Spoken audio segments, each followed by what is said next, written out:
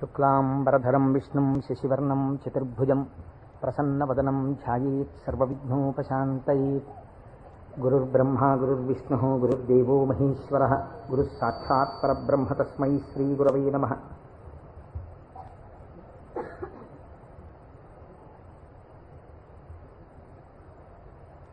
వ్యాసాయ విష్ణురూపాయ వ్యాసరూపాయ విష్ణవే నమో వై బ్రహ్మనిధయే వాసిష్ఠాయ నమో నమః.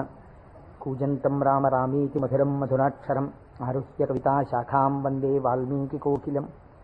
శ్రుతిస్మృతిపురాణానాం ఆలయం కరుణాలయం నమామి భగవత్పాదశంకరం లోకశంకరం. వాగర్ధావివ సంపృక్తౌ వాగర్ధప్రతిపత్తయే జగతః పితరౌ వందే పార్వతీపరమేశ్వరౌ. సూక్తిం సమగ్రయతున స్వయమేవ లక్ష్మీః శ్రీరంగరాజమహిషీమధురైకటాక్షైః. వైదగ్ధ్యవర్ణగుణగుంభనగౌరవైర్యాం కండూలకర్ణకుహరాः కవయోధయంతి.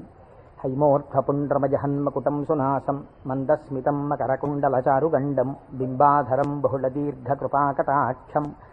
శ్రీవేంకటేశముఖమాత్మని సన్నిధత్తాం మనోజవం మరుతతుల్యవేగం జితేంద్రియం బుద్ధిమతాం వరిష్టం.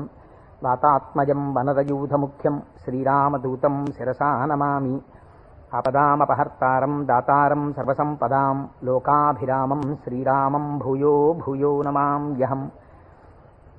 సింధూరారుణవిగ్రహాం త్రినయనాం మాణిక్యమౌళిస్ఫురత్తారానాయకశేఖరాం స్మితముఖీం ఆపీనవక్షోరుహాం.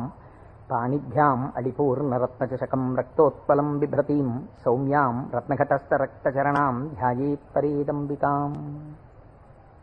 హరి ఓం. పరమేశ్వర స్వరూపమైన సభకి నమస్కారం. ఇది ఉత్తరాయణ పుణ్యకాలం. దక్షిణాయనం పూర్తయి మనం ఉత్తరాయణంలోకి ప్రవేశించాం. ఈ ఉత్తరాయణ పుణ్యకాలంలో శివనామం ఒక్కసారి పలికిన వారు ఎవరైనా ఉన్నారా అని గమనిస్తారట. అంత మహోత్కృష్టమైన కాలం. విశేషించి అదృష్టం ఏమిటంటే మనం ప్రతిరోజు ప్రదోష వేళలో ఈ ఉపన్యాసాన్ని ప్రారంభం చేస్తాం. ప్రదోష వేళ పార్వతీ పరమేశ్వరుల యొక్క అర్ధనారీశ్వర స్వరూపంగా శాస్త్రం భావన చేస్తుంది. అంత పరమ పవిత్రమైనటువంటి అసుర సంధ్య వేళలో సాక్షాత్తుగా శంకరుడు వృషభవాహనారూఢుడై ఈ భూమండలం మీద తిరుగుతూ శ్రీశైల పర్వతం మీద ఒక్కసారి దిగుతారట. అందుకే సంధ్యారంభ విజృంభితం శృతిశిరస్థానాంతరాధిష్ఠితం సప్రేమ భ్రమరాభిరామమ సకృత్సద్వాసనాశోభితం భోగీంద్రాభరణం సమస్త సుమన పూజ్యం గుణావిష్కృతం సేవే శ్రీగిరి మల్లికార్జున మహాలింగం శివాలింగితం అంటారు. ఒక మద్ది చెట్టు నల్లుకున్నటువంటి మల్లెతీగని చూసినటువంటి శంకర భగవత్పాదులు పార్వతీదేవి చేత ఆలింగనము చేయబడిన పరమేశ్వర స్వరూపాన్ని శ్రీశైల పర్వత శిఖరముల మీద దర్శనం చేసినటువంటి మహోత్కృష్టమైన శ్లోకం అది. అటువంటి శివస్వరూపాన్ని మనం ప్రదోష వేళలో ప్రవచనంగా చేసుకునే ముందు శివపురాణం సామాన్యమైంది కాదు, చాలా పెద్ద గ్రంథం అది. అంత పెద్ద గ్రంథంలో మనకి ఉపయుక్తమైనవి ఉన్నాయి, చాలా జటిలమైనవి ఉన్నాయి. నిత్య జీవితంలో వాటిని అనుష్ఠానంలోకి తెచ్చుకోవడానికి అన్ని ఆశ్రమాలకి అలివి కానివి ఉన్నాయి.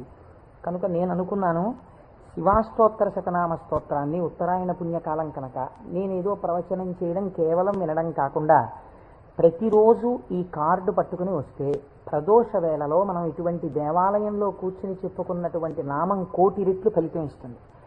ఒక 30 రోజులో 40 రోజులో ఈ ప్రవచనాలు కొనసాగినప్పుడు మీరు ప్రతిరోజు ఈ నామాలు పలికారనుకోండి, 108 ఇంటూ 1,000,000 అంత నామం చేసినటువంటి ఫలితం మన ఖాతాలో ఈశ్వరుడు వేస్తాడు.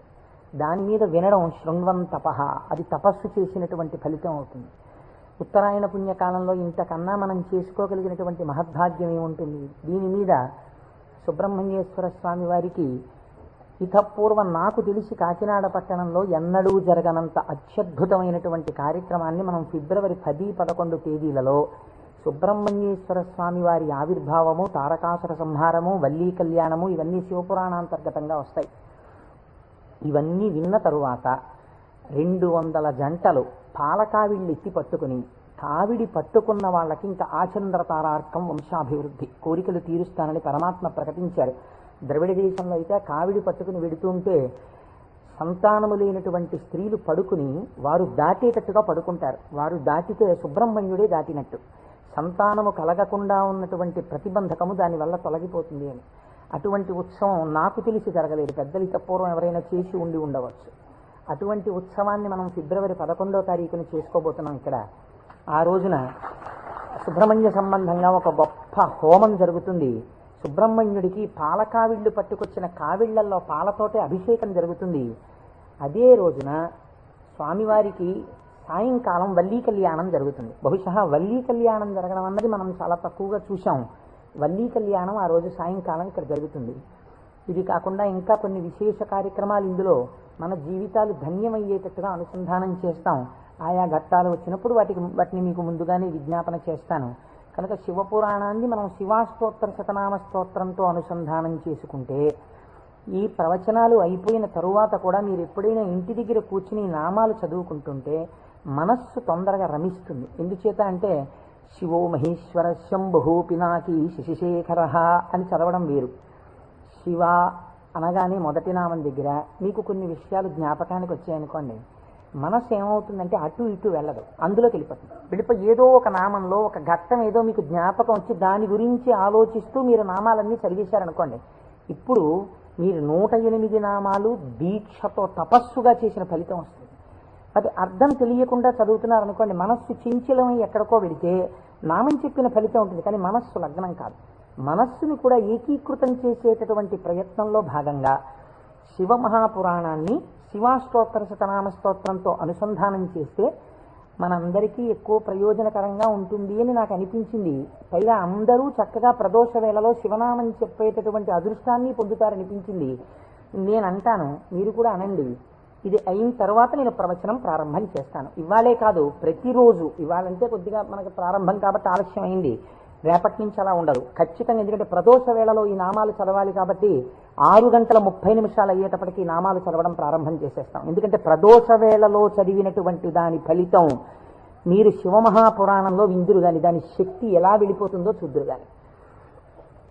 ధ్యాన శ్లోకం చెప్పండి.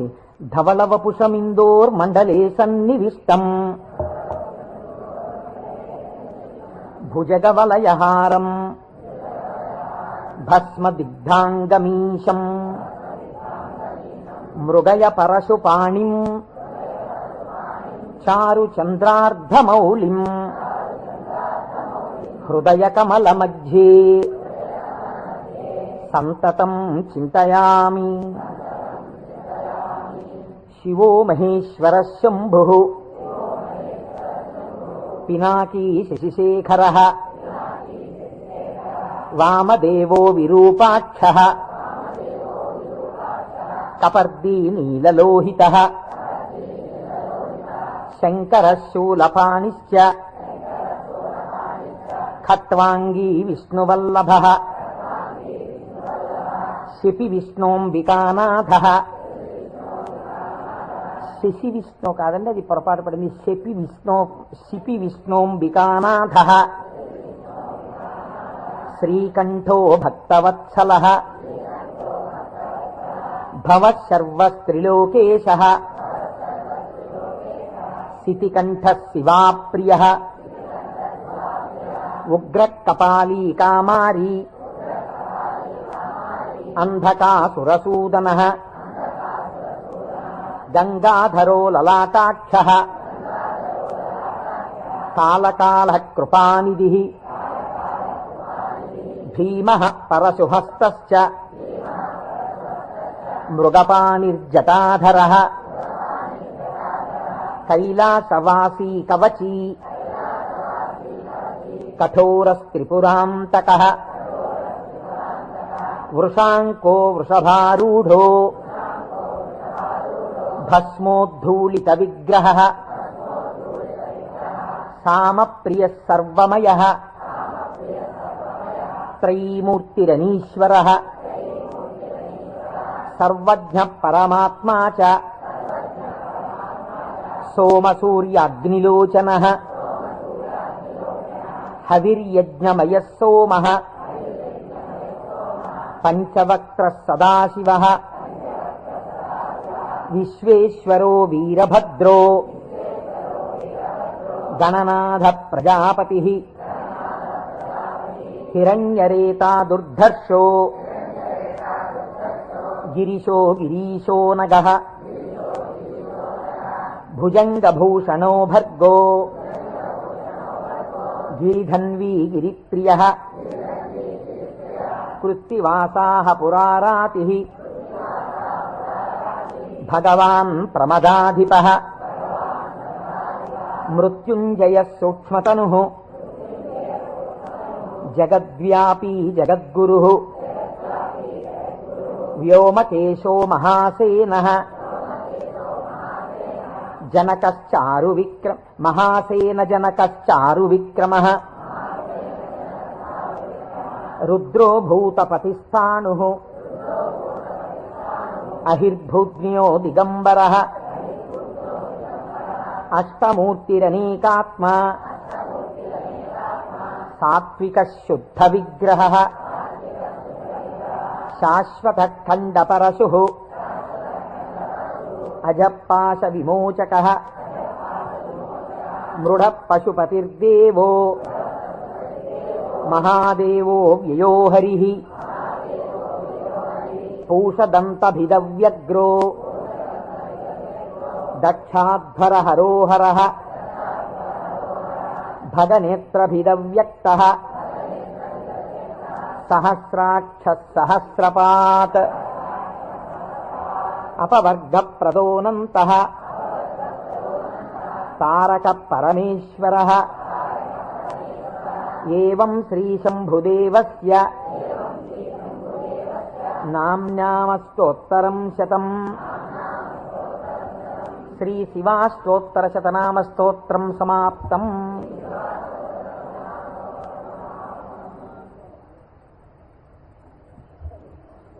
హరి ఓం.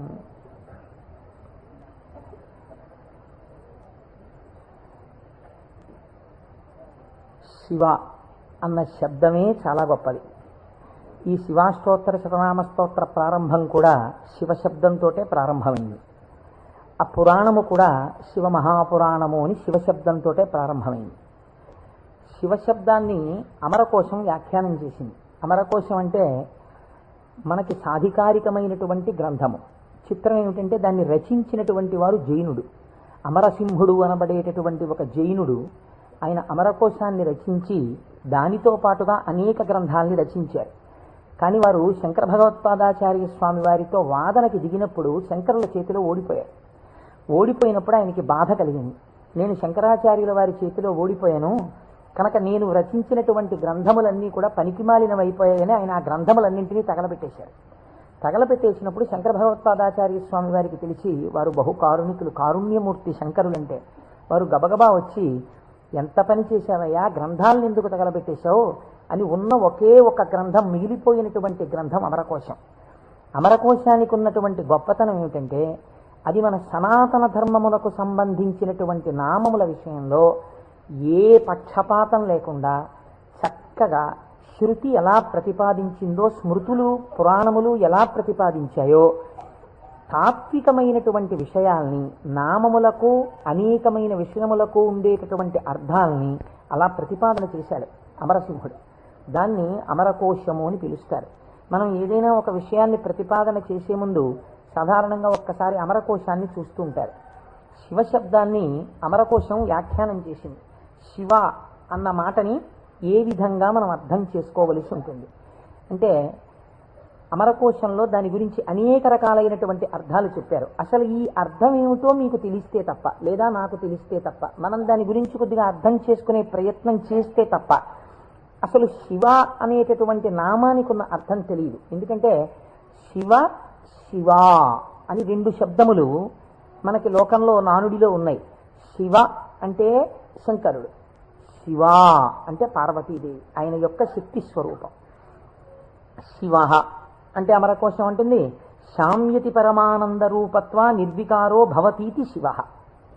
నిర్వికారుడై, నిర్వికారుడు అంటే మనకి వికారములు ఉంటాయి. నేను తరచూ మీకు ప్రస్తావన చేస్తుంటాను, ఈ జగత్తులో ఉన్నటువంటి సమస్త ప్రాణులకు, సమస్త జీవులకు 6 వికారములు ఉంటాయి.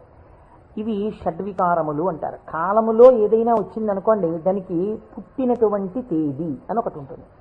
పుట్టిన తేదీ అన్నది పడినది అంటే మీరు ఒకటి గుర్తుపెట్టుకోవాలి, అది షడ్వికారములకు లోనైపోతుంది.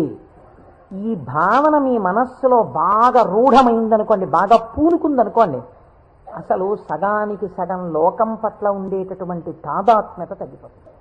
ఇది కేవలం వినడానికి విన్నారనుకోండి, దీని వలన వచ్చేటటువంటి ప్రయోజనం తక్కువగా ఉంటుంది. ఇది బాగా లోపల జీర్ణమైందనుకోండి, మీకు అనేక విషయాలు అర్థం అవుతాయి. మీరు ఒక్కసారి గమనించండి, షడ్వికారములలో ఇక పూర్వం మీరు ఆ వస్తువుని చూడలేదు, కానీ ఆ వస్తువు, ఆ ప్రాణి, ఆ జీవుడు ఒకానొక కాలమునందు ఈ లోకములో పుట్టింది. కాబట్టి ఇప్పుడు దానికి జన్మము అన్న తేదీ ఒకటి వచ్చింది కాలంలో. సరే, కాలం అన్నది యథార్థమా అంటే బీజస్యాంతరివంకురో జగదిదం ప్రాంగ్ నిర్వికల్పం పునః మాయా కల్పిత దేశకాల కలనా వైచిత్ర చిత్రీకృతం అన్నారు శంకరాచార్యులు వారు. ఆ తత్వ పరిశీలనాన్ని పక్కన పెడితే ఒక జన్మ తేదీ ఉంది. ఈ జన్మ తేదీలో ఒక ప్రాణి కనపడగానే శాస్త్రం అంది 6 విషయాలు గుర్తుపెట్టుకో. ఇక పూర్వము లేనిది పుట్టినది. పుట్టినది మీరేమనాలి? ఎవరో పిల్లాడు పుట్టాడు, వాడు ఏడుస్తున్నాడు, పిల్లాడు ఉన్నాడండి. పుట్టిన పిల్లాడు ఏడవలేదు. అయ్యో ఏమిటి పిల్లాడు ఏడవట్లేదు అని కదిపి చూశారు. కదిపి చూస్తే డాక్టర్ గారు వచ్చారు, స్టెప్ పెట్టారు, ఊపిరి తీయట్లేదు, నల్లగా అయిపోయి ఉన్నాడు. అయ్యో అమ్మా, నీకు మృత శిశువు జన్మించాడు అన్నారు. కాబట్టి పుట్టినది. అసలు రెండో వికారం ఉంటుంది, ఉన్నది భవతి అనగా ఈ లోకములోకి వచ్చినప్పుడు అది ఉన్నది. అసలు ఉన్నది అని మీరు అనాలంటే అక్కడే శివ శబ్దం ప్రారంభం, మంగళత్వం. ఉన్నది. ఉన్నది అలాగే ఉండాలా? అలా ఉండదు, పెరగాలి. పెరిగినది. పెరిగినది పెరుగుతూ వెళ్ళిపోతుందా? నేనున్నాను, ఎవరి మీదో ఎందుకు పెట్టి చెప్పాలి? కోటేశ్వరరావు అనబడేటటువంటి ఈ శరీరం ఒక డేటు, ఈ డేట్ చెప్తే ఏమవుతుందంటే అదో పుట్టినరోజు అనుకుని చాలా మంది పాపం ఇచ్చేసి చాలా అల్లరి చేస్తున్నారు. అందరూ భయం వేస్తుంది నాకు ఆ డేట్ చెప్పడానికి. ఏదో 14/7/1959కి ముందు ఈ శరీరం లేదు. 14/7/1959లో ఈ శరీరం వచ్చింది. కాబట్టి ఈ శరీరం వచ్చినది ఉన్నది, ఏడిచింది అమ్మ కడుపులోంచి వచ్చి. అలాగే ఉందా? మా అమ్మ కడుపులోంచి వచ్చినప్పుడు ఎలా ఉన్నానో అలా ఉన్నానా? పెరిగినది. అబ్బో, ఎంత ధ్వజస్తంభం అంత పెరిగిపోయింది ఈ శరీరం. పెరిగినది. ఇది ఇలా పెరుగుతూ ఉంటుందా? ఉండదు. తరిగినది. మీరు నన్ను ఒక 20 సంవత్సరాల తర్వాత చూశారనుకోండి, ఇది తరిగిపోతుంది. ఈ శరీరం వడిలిపోయి క్షీణించిపోవడం ప్రారంభమైపోతుంది. తరిగినది. తర్వాత ఆయనేనా అనవలసి వస్తుంది, మార్పు చెందినది. బాగా క్షీణించిపోయి ఇప్పుడున్నంత శరీరం ఉండదు. అయ్య బాబోయ్, అప్పుడు ఎంత ఉండేవారండి మనిషి, ఈయన అటుకంత అయిపోయారండి అంటాం.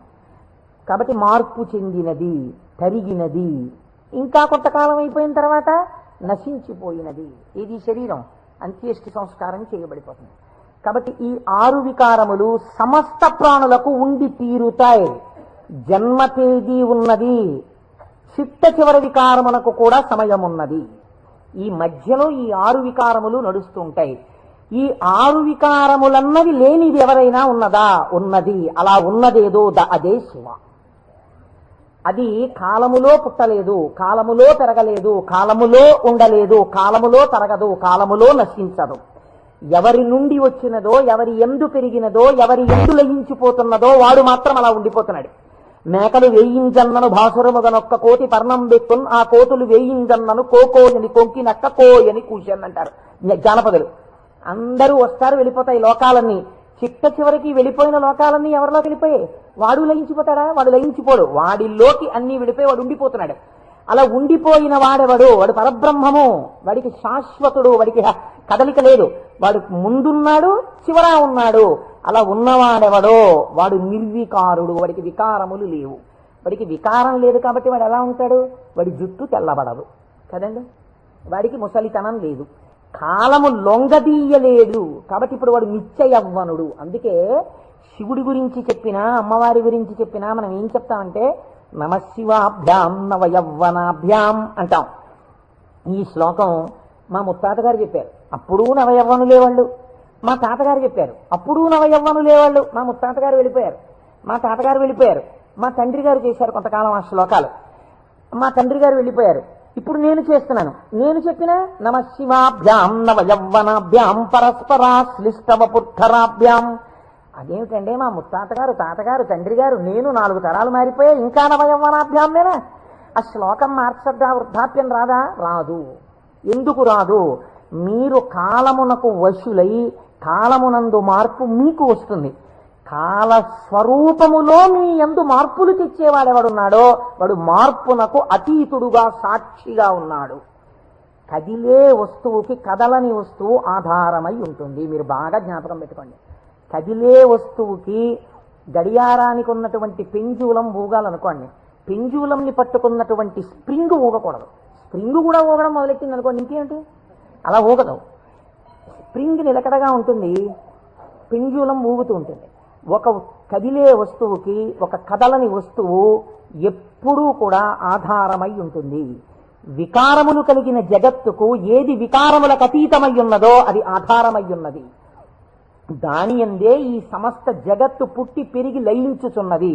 అటువంటిదేదో అది వికారాతీత స్థితి కలిగినటువంటి పరబ్రహ్మము. దానిని నువ్వు ఒక నామవాచకంతో పిలవాలనుకుంటే శివ అని పిలవవచ్చు. కాబట్టి ఇప్పుడు శివశబ్దం ఎవరిని చెప్తోంది?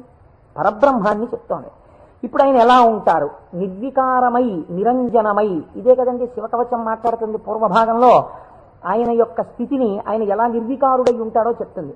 ఇటువంటి పరమాత్మ స్వరూపం మీ కన్నులకు కనపడుతుందా? వికారము పొందుతున్న జగత్తు మీకు కనపడుతుంది, కానీ వికారములు పొందుతున్నటువంటి జగత్తుకి తను ఆధారముగా ఉన్నవాడు మీకు కనపడతాడా? కనపడడు. ఈయనకి ఒక రూపం తీసుకొచ్చి చూస్తే ఎలా ఉంటాడు అంటే, అమరకోశంలో ఎంత అందంగా మాట్లాడాడో చూడండి. అమరసింహుడు పరమానంద రూపత్వ, ఆయన పరమానందమును పొందుతూ ఉంటాడు. ఎందుకని? మన అందరికీ సుఖ దుఃఖాలని ద్వంద్వాలుంటాయి, ఎప్పుడూ ఆనందంతో ఉండం.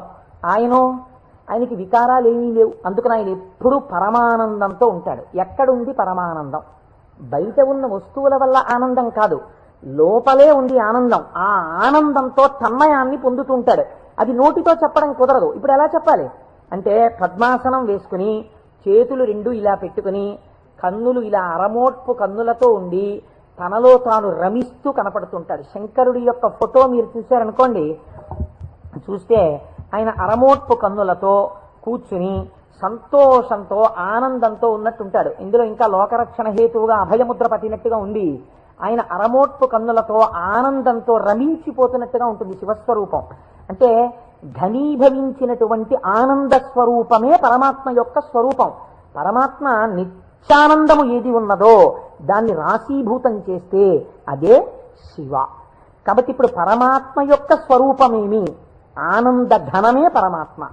కాబట్టి ఇప్పుడు ఆయన అన్ని వికారములకు అతీతుడై తనలో తాను రమించిపోతూ ఆనందపడిపోతూ ఉండేవాడెవరో, కదలిక ఉండదు ఇంకా మనస్సులో, అన్ని అరికట్టి లోపల ఉన్నటువంటి ఆనందంతో తాను కలిసిపోయి తానే చిదానంద రూపుడై ఉంటాడు. దీనికి మీకు పోలిక చెప్పాలంటే ఒక్కటి కుదురుతుంది.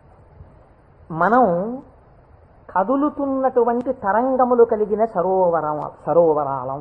మీరు చూడండి, అందుకే నిద్ర లేవగానే ఏది ప్రారంభమవుతుంది పనిచేయ మీకు ప్రారంభంలో నిద్ర లేచారు అనగానే, నిద్ర లేవడం అంటే ఏమిటో తెలుసా అండి? శరీరం లేవడం కాదు. ముందు ఏది లేస్తుందో తెలుసా? పరమాత్మతో రమిస్తున్నటువంటి మనస్సు విడివడుతుంది. విడివడి అది సంకల్ప వికల్ప సంఘాతం. అది వెంటనే ఒక ఆలోచన మొదలెడుతుంది. మొదట ఆలోచన ఏమిటి? తెల్లవారిపోయింది. ఈ తెల్లవారిపోయిందన్న మొట్టమొదటి ఆలోచన అది చెయ్యగానే నిర్మలంగా ఉన్నటువంటి నీళ్ళ దగ్గరికి వెళ్ళి మీరు ఒక చిన్న రాయి తీసుకుని ఇలా వేశారనుకోండి, అదేం చేస్తుందంటే ఇలా ఒక తరంగం కదులుతుంది. కదిలి అలా వెడుతుంది. ఇది ఒక్కటే వెళ్ళదు, ఇది వెడుతూ ఇంకో తరంగాన్ని తయారు చేస్తుంది, ఇంకో తరంగాన్ని తయారు చేస్తుంది. అలా కదులుతూ తరంగాలుగా ఒక కదలిక రాగానే ఇంకో కదలిక వస్తుంది. తెల్లవారిపోయింది, ఇవాళే నువ్వు శివమహాపురాణం మొదలెట్టాలి, ఇవాళే నువ్వు ఫలానా వాళ్ళ ఇంటికి వెళ్ళి ఒక్కసారి ఆశీర్వచనం చెయ్యాలి, చూసావా తెల్లవారిపోతుంది గబగబా సంధ్యావందనం చెయ్యాలి. ఒకదాని వెనక ఒకటి సంకల్పాలు వచ్చేస్తాయి. ఇవి సుఖములకు దుఃఖములకు కూడా హేతువులు అవుతుంటాయి. ఈ సంకల్పాతీతుడై సంకల్పములు దేనిలోంచి పుడుతున్నాయో అది తానై నిరంజన స్వరూపమై ఆనంద ఘనమై కూర్చున్నవాడెవరో వాడు పరమాత్మ, వాడు శంకరుడు. కాబట్టి శివుడు ఆయన ఇక్కడే సమస్తాన్ని చూస్తుంటాడు. అటువంటి ఆనంద ఘనమునకు శివ అని పేరు. ఇప్పుడు దీనివల్ల మీకేం తెలుస్తోంది? మనుష్య జన్మ యొక్క చిట్ట చివరి ప్రయోజనం ఏమి? ఆ ఆనందము మీరే అగుగా. అటువంటి ఆనంద స్వరూపులుగా మీరు మారడమే మనుష్య జన్మ యొక్క ప్రయోజనం. దానికే మోక్షము అని పేరు. కాబట్టి ఇప్పుడు అటువంటి మోక్షస్థితిని పొందాలనుకున్న వాళ్ళకి ఎవరు ఆరాధ్య దైవము? శివుడే. కాబట్టి శివయోకోధ్యేయ శివంకర. కాబట్టి ఏమండి మీరు చెప్పింది బాగుంది, కానీ మేము గృహస్థాశ్రమంలో ఉన్నాం కదా, మాకు భార్య బిడ్డలు ఉన్నారు కదా, మాకు సంకల్పాలు ఏవి వద్దు అని మేమందరం కూడా ఇలా ముక్కు మూసుకుని లేచిన దగ్గర నుంచి ఏదో సంధ్యావందనం చేసుకుని ఒక పూజా మందిరంలో ఇలా కూర్చుండిపోతే, మనస్సుని అంతర్ముఖం చేసే ప్రయత్నం చేస్తూ ఏదో లోపల ఉన్నటువంటి ఆ వస్తువుని కనిపెట్టే ప్రయత్నం చేస్తూ మేము ఉండిపోతే నా భార్య పరిస్థితి ఏమిటి, నా పిల్లల పరిస్థితి ఏమిటి? అసలు మరి గృహస్థాశ్రమంలో ఉండి కొన్ని కోరికలంటూ ఉంటాయి కదా, మరి తప్పదు కదా. అప్పుడు ఈ స్వరూపాన్ని పట్టుకుంటే ఉపయోగమే ఉండదా? ఆయన ఇంకేమీ అలా కోరికలు తీర్చడాలు అలా ఏమి ఉండవా? కేవలం ఆనందం మోక్షం ఇంతేనా పరిస్థితి? కాదు కాదు. అమరకోశం అంది వెంటనే మళ్ళీ చేరతే సజ్జన మనాం స్మస్మిన్నితిగా, ఈయన యందు సజ్జనుల యొక్క మనస్సు రమించుచుండును. ఈ మాటని మీరు చాలా గట్టిగా పట్టుకోవాల్సి ఉంటుంది. మీకు చూడండి, నేను ఇంతకన్నా మీకు ఉదాహరణ చెప్పడానికి సాధ్యం కాదు. ఇంకా వంటింట్లో ఒక పంపు ఉంటుంది, బాత్రూంలో ఓ పంపు ఉంటుంది, వరండాలో ఒక పంపు ఉంటుంది వాష్ బేసిన్ దగ్గర. మీకు ఇంకా అవసరం అనుకున్నారనుకోండి, ఏదో మీరు భోజనాలు చేసే గదిలో చేతులు కడుక్కోవడానికి ఓ పంపు ఉంటుంది. ఇన్ని పంపుల్లోనూ మీకు ఏకకాలమునందు ఎక్కడ విప్పినా నీళ్లు రావాలనుకోండి, ఏది నింపాలి? ఏ పంపు కొట్టంలో నీళ్లు పోస్తారా? ఓవర్ హెడ్ వాటర్ ట్యాంక్లో నీళ్లు పోస్తారు. ఓవర్ హెడ్ వాటర్ ట్యాంక్లో నీళ్లు పోస్తే అన్ని పంపుల్లోనూ నీళ్లు వచ్చినట్టు శివస్వరూపాన్ని పట్టుకుంటే అది ఏ రూపంగా, ఏ రకంగా, ఏ విభూతితో, ఏ లక్షణంతో, ఏ గుణంగా మీ మనస్సు ఇష్టపడిన ఏ విధానంగా ఒక్కదాన్ని మీరు పట్టుకుని రమించిపోవడం ప్రారంభించినా అది మీకు కావలసిన సమస్తాన్ని ఇస్తుంది. అలా ఇవ్వగలదు. దానికి ఆ శక్తి ఉన్నది. అది మిమ్మల్ని కాపాడుకుని వస్తుంది. మీరు చూడండి, గొడుగు ఒక్కటి ఇలా పట్టుకున్నారండి, ఇలా గొడుగు పట్టుకుని వెళ్ళిపోతున్నారు. ఇలా గొడుగు పట్టుకు వెళ్ళిపోతుంటే బయట మంచి ఎండ కాసింది. ఇప్పుడు ఆ గొడుగు మిమ్మల్ని రక్షిస్తుందా, రక్షించదా? రక్షిస్తుంది. మీరు వెళ్ళిపోతుండగా మంచి మబ్బు పట్టి వాన ప్రారంభమైంది. గొడుగు రక్షిస్తుందా, రక్షించదా? రక్షిస్తుంది. వాన తగ్గిపోతోంది, ఇంకా కొద్దిగా ఎండ వస్తే బయలుదేరదాం అనుకుని మీరు చెట్టు కింద నించున్నారు. ఒక పక్షి పై నుంచి రెట్ట వేసింది. మీ మీద పడకుండా గొడుగు రక్షిస్తుందా, రక్షించదా? రక్షిస్తుంది. ఒక గొడుగు మీకు శీతలము నుండి, ఉష్ణము నుండి, జలధార నుండి, పక్షి రెట్ట నుండి ఇన్నిటి నుంచి కాపాడినప్పుడు పరమాత్మని పట్టుకున్న వాడి కోరికలు కూడా అన్ని భంగులా తీరుతాయి. మీకు ఏది కావాలో అది వాడు ఇవ్వగలడని మీరు ఎలా అనుకోవట్లేదు? అచేతనమైన ఒక గొడుగు మీకు ఇన్నింటిని ఇవ్వగలిగినప్పుడు మీరు పట్టుకున్న పరమాత్మ మీకు ఏది అవసరమో అది మీకు ఇవ్వడని మీరు ఎలా అనుకుంటున్నారు? మీకు ఏది కావాలో మీరు అడగక్కర్లేకుండా మీకు తీరుస్తాడు. అది గొప్ప. మీరు శాస్త్రంలో ఒక మర్యాద తెలుసుకోవాలి. మీరు అడిగితే ఇచ్చినవాడు గొప్పవాడు కాదండి. మీరు వెళ్ళి అడిగారనుకోండి, వెంటనే మీరు జీవితంలో చాలా దిగజారిపోయినట్లయిపోతుంది. ఒకరి దగ్గరికి వెళ్ళి, అయ్యా నాకు ఇది లేదండి, నన్ను మీరు కొంచెం అనుగ్రహించి నాకు ఇది కలిగేటట్టుగా మీరు చెయ్యండి అని అడిగారనుకోండి, వాచికంగా నోరు విప్పి ఒకరి దగ్గరికి వెళ్ళి నాకు ఇది ఇప్పించండి అని అడిగినప్పుడు ఆత్మహత్యా సదృశమే. వాడు చచ్చిపోయినంత బిడియపడిపోతాడు. ఎవరు శీలమున్నవాడు బెంగ పెట్టుకుంటాడు. నోరు విప్పి అడగడమా, వెళ్ళి నాకు ఇది ఇవ్వండి అని ఎలా అడగను అంటాడు. అడగలేడు. అందుకే మనకి పూర్వకాలంలో మీకు తెలుసో తెలీదో, మీసంలో ఒక వెంట్రుక తాకట్టు పెట్టి అప్పు తెచ్చుకునేవారు. మీసంలో వెంట్రుక తాకట్టు పెడితే అప్పు ఇవ్వడం ఏంటండి? అంటే వాళ్ళ రోషానికి చిహ్నం అది. ఎన్నడూ నేను ఒకరిని చెయ్యి అడగలేదురా, చెయ్యి జాపి అడగలేదు. అటువంటి వాణ్ణి నిన్ను అడుగుతున్నాను. నేను ఇంత సిగ్గుపడిపోయానడానికి ఉదాహరణ ఏమిటో తెలుసా? ఈ వెంట్రుక ఒకటి నీ దగ్గర పెట్టుకో, మళ్ళీ తీర్చిన నాడు ఈ వెంట్రుక తీసుకెళ్తాననేవాడు. వాడి రోషానికి, వాడి శీలానికి ఆ వెంట్రుకని ప్రాతిపదికగా తీసుకుని అప్పిచ్చేవారు పూర్వం. అందుకే నా మీసంలో వెంట్రుక తాకట్టెట్టాననేవారు పూర్వం. కాబట్టి ఒకరి దగ్గరికి వెళ్ళి అడగడం అంటే అంత చిన్నతనం. పరమాత్మ అయినా మిమ్మల్ని అలా చిన్నబుచ్చి ఇస్తాడని మీరు ఎలా అనుకుంటున్నారు? గొడుగు పచ్చిరెట్ట నుంచి నన్ను కాపాడు, వాన పడితే కాపాడు, ఎండగా ఉంటే కాపాడు, పైనుంచి ధూళి పడకుండా కాపాడు, ఓ గడుగా నన్ను రక్షించు అని మీరంతా స్తోత్రం చేసి వేసుకుంటున్నారేంటే? ఇలా విప్పిలా పట్టుకుంటే అంతే రక్షించేయడం దాని ప్రయోజనం. అలా మీరు శివస్వరూపాన్ని పట్టుకుంటే, ఎలా పట్టుకున్నా సరే, అంటే ఎలా పట్టుకోవాలండి? అభిషేకాలు చేయాలా, పూజలు చేయాలా, లేకపోతే దాని స్వరూపం బాగా తెలుసుకోవాలా, అర్థం అవ్వాలా? కాదు. మీ మనస్సు ఏదో ఒక విషయంలో రమించింది అంతే, అది చాలు. మిమ్మల్ని మీకు రక్షణ కల్పించడానికి అది హేతు అవుతుంది. మీకు నేను ఒక ఉదాహరణ చెప్తాను. మీరు దాని వలన దీని వ్యాఖ్యానాన్ని బాగా పట్టుకోగలుగుతారు. నాయనారులని మళ్ళీ నేను ఏదో లౌకికమైన ఉదాహరణ ఎందుకు తేవాలి, మనకి 63 నాయనారులు ఉన్నారు. అంటే శివుని యొక్క అనుగ్రహము చేత తరించిపోయిన మహాపురుషులు. ఆ 63 నాయనారులో గుగ్గుల కలయ నాయనారు అని ఒక ఆయనకి ముందు అసలు గుగ్గుల అన్న పేరు కలపలేదు. కలయ నాయనారు ఆయన పేరు. అమృతఘటేశ్వరుడు ఉన్న క్షేత్రంలో పుట్టారు ఆయన పేరు కలయ. అందుకని ఈయన పేరు కూడా కలయ అని పిలుస్తూ ఉండేవారు. ఈ కలయ నాయనారికి ఒక లక్షణం ఉండేది. ఆయన చేసే పూజ ఏమిటో తెలుసా అండి? ఆయన ఎప్పుడు భగవంతుడి దగ్గర కూర్చొని అనుకునేవాడు, సుగంధిం పుష్టివర్ధనం అంటారు కదా, త్రయంబకం అని పిలుస్తారు కదా, 3 కన్నులు ఉంటాయి కదా, ఆయన వస్తుంటే సువాసనలు వస్తాయి కదా. ఆనాడు మార్కండేయుడు శివలింగాన్ని గట్టిగా కౌగిలించుకుని చంద్రశేఖర చంద్రశేఖర చంద్రశేఖర పాహిమాం అని అంటుండగా యమధర్మరాజుని శిక్షించి మార్కండేయుడిని రక్షించడానికి శివలింగంలోంచి ఆవిర్భవించాడు కదా. ఆవిర్భవించినప్పుడు శివుడి కన్నా ముందు శివుని యొక్క సువాసనలు మార్కండేయుడు పీల్చి ఉంటాడు కదా. శివుడు వచ్చేశాడని పొంగిపోయి ఉంటాడు కదా. ఎంతకీ రానిటువంటి రైలు వచ్చేస్తోందని అనౌన్స్ చేసినప్పుడు ఎంత ఆనందం పొందేస్తామో, ముందు అనౌన్స్మెంటు తర్వాత రైలు ఇంజను కనపడగానే పొంగిపోయినట్టు సుగంధిం ఆ సువాసనలు వస్తుంటే ఎంత పొంగిపోయి ఉంటాడు కదా మార్కండేయుడు. నా పూనిక ఫలించింది, వచ్చేశాడు పరమాత్మ, అదిగో శంకరుడు, అదిగో సుగంధిం సువాసనలు వచ్చాయి అని ఆ చంద్రశేఖర చంద్రశేఖర అన్నదొక్కసారి ఆపేసి ఏడి శివుడిని ఆ సువాసనల వంకి ఇలా చూస్తూ నిలబడిపోయి ఉంటాడు కదా. కాబట్టి శివుడి యొక్క సువాసన అలా ఉంటుంది కదా అని పొంగిపోతూ నేను అలాంటి వాసన పీలుద్దామని ఆయన మహాైశ్వర్యవంతుడు కలయనాయనారు. రోజు ఇంత గుగ్గిలం పట్టుకొచ్చి ఆ గుగ్గిలం వెలిగించి గుగ్గిలం ధూపం వేసేవాడు. ఆ ధూపం అంతా పూజ గదంతా నిండిపోతే అందులో కూర్చుని మార్కండేయుడు ఇలాగే వాసన పీల్చి ఉండి ఉంటాడు. ఆనాడు అర్జునుడు గబగబా వెళ్ళి తన గాంధీవం ఎత్తి కొడుతున్నప్పుడు శివుడి దగ్గరికి వెళ్ళినప్పుడు వాసనలు ఇలాగే వచ్చి ఉంటాయి అని ఆ వాసనలు పీలుస్తూ కళ్ళు మూసేసుకుని ఇవే శంకరుడి శరీరంలోంచి వస్తున్న వాసనలు, ఇక్కడే శివుడు ఉన్నాడని రోమాంచితం అయిపోయి పరవశించిపోతూ సమాధి స్థితిలోకి వెళ్ళిపోయేలా ఉండిపోతుండేవాడు ఆయన.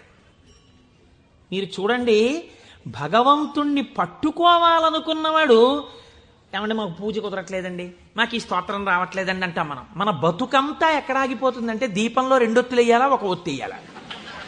నిజంగా తరించిపోయిన వాళ్ళు తరించిపోవడానికి ఎన్ని మార్గాలు వెతుక్కున్నారో చూడండి. ఆయన సువాసనలు పీలుస్తూ రమించిపోయాడు. శంకరుడు చూశాడు, వీడు రోజు గుగ్గిలం పట్టుకొచ్చి వేసి ఇన్ని రకాల దర్శనాలు చేసేస్తున్నాడు రా, గుగ్గిలం పొగ అడ్డం పెట్టుకుని. ఎంత చిత్రం రా ఇది, గుగ్గిలం పొగకి వీడు సమాధిలోకి వెళ్ళిపోతున్నాడు. అసలు ఈ గుగ్గిలం కొనలేని స్థితి తెస్తే ఏం చేస్తాడో చూద్దాం అనుకున్నాడు. ఐశ్వర్యం అంతా క్షీణింపచేశాడు. ఆయనకి మనస్సు శివుడి మించి పోలేదు. ఎలాగో అలా నానా కష్టాలు పడి ఇంత గుగ్గిలం తెచ్చి శంకరుడికి వేసి ఆ వాసన పీల్చేటప్పటికి సమాధిలోకి వెళ్ళిపోయాడు. ఇంక ఏముంది, మనస్సు అలవాటు పడిపోయింది. ఇంత పొగొచ్చేటప్పటికి అంతే సమాధిలోకి వెళ్ళిపోతాడు. ఎంత తేలికండది. అగరత్తు వెలిగించకుండా ఉంటాం కదా, అగరత్తు వెలిగిస్తే గుగ్గిలం అయినా సమాధిలోకి వెళ్ళిపోతాడు అంతే. ఈ స్థితి చూసి శంకరుడు భార్యాబిడ్డలు తినడానికి కూడా అన్నం మెతుకు లేకుండా చేశాడు. చూద్దాం ఏం చేస్తాడు. భార్యాబిడ్డలు పస్తులున్నారు. అన్నమో రామచంద్ర అని ఆ భార్య మహాపతివ్రత. ఆవిడ తన మెడలో ఉన్నటువంటి మంగళసూత్రాన్ని తీసి నాయనారికిచ్చి, అయ్యా మీరిది పట్టుకెళ్ళి వెలకట్టి అమ్మించి డబ్బు పట్టుకుని రండి, దాంతో మనం కొన్నాళ్ళు భోజనం చేద్దామని. తప్పకుండా తీసుకొస్తానని ఆ మంగళసూత్రాలు చేతిలో పట్టుకుని శివ శివ శివ శివ అని సంతోషపడిపోతూ వెళ్ళిపోతున్నాడు. శంకరుడు ఒక పెద్ద బండిలో గుగ్గిలం బస్తాలు వేసుకుని ఎదురొచ్చాడు. మళ్ళీ దొరకవుట గుగ్గిలం, అందుకని చెప్పి బస్తాలు కొనుక్కెడుతున్నాను, ఎవరైనా కావాలంటే కొనుక్కోండి అని అరిచాడు. అమ్మ బాబోయ్, గుగ్గిలం దొరకదటని చెప్పి ఈయన గబగబా మంగళసూత్రాలు ఇచ్చేసి గుగ్గిలం బస్తాలు కొనేశాడు. పోనీ గుగ్గిలం దొరకదంటున్నారు, ఇంటికి పట్టుకెళ్ళి ఈ గుగ్గిలాన్ని దాచుకుని రోజు ఇంతంత వేద్దాం అనుకున్నాడా?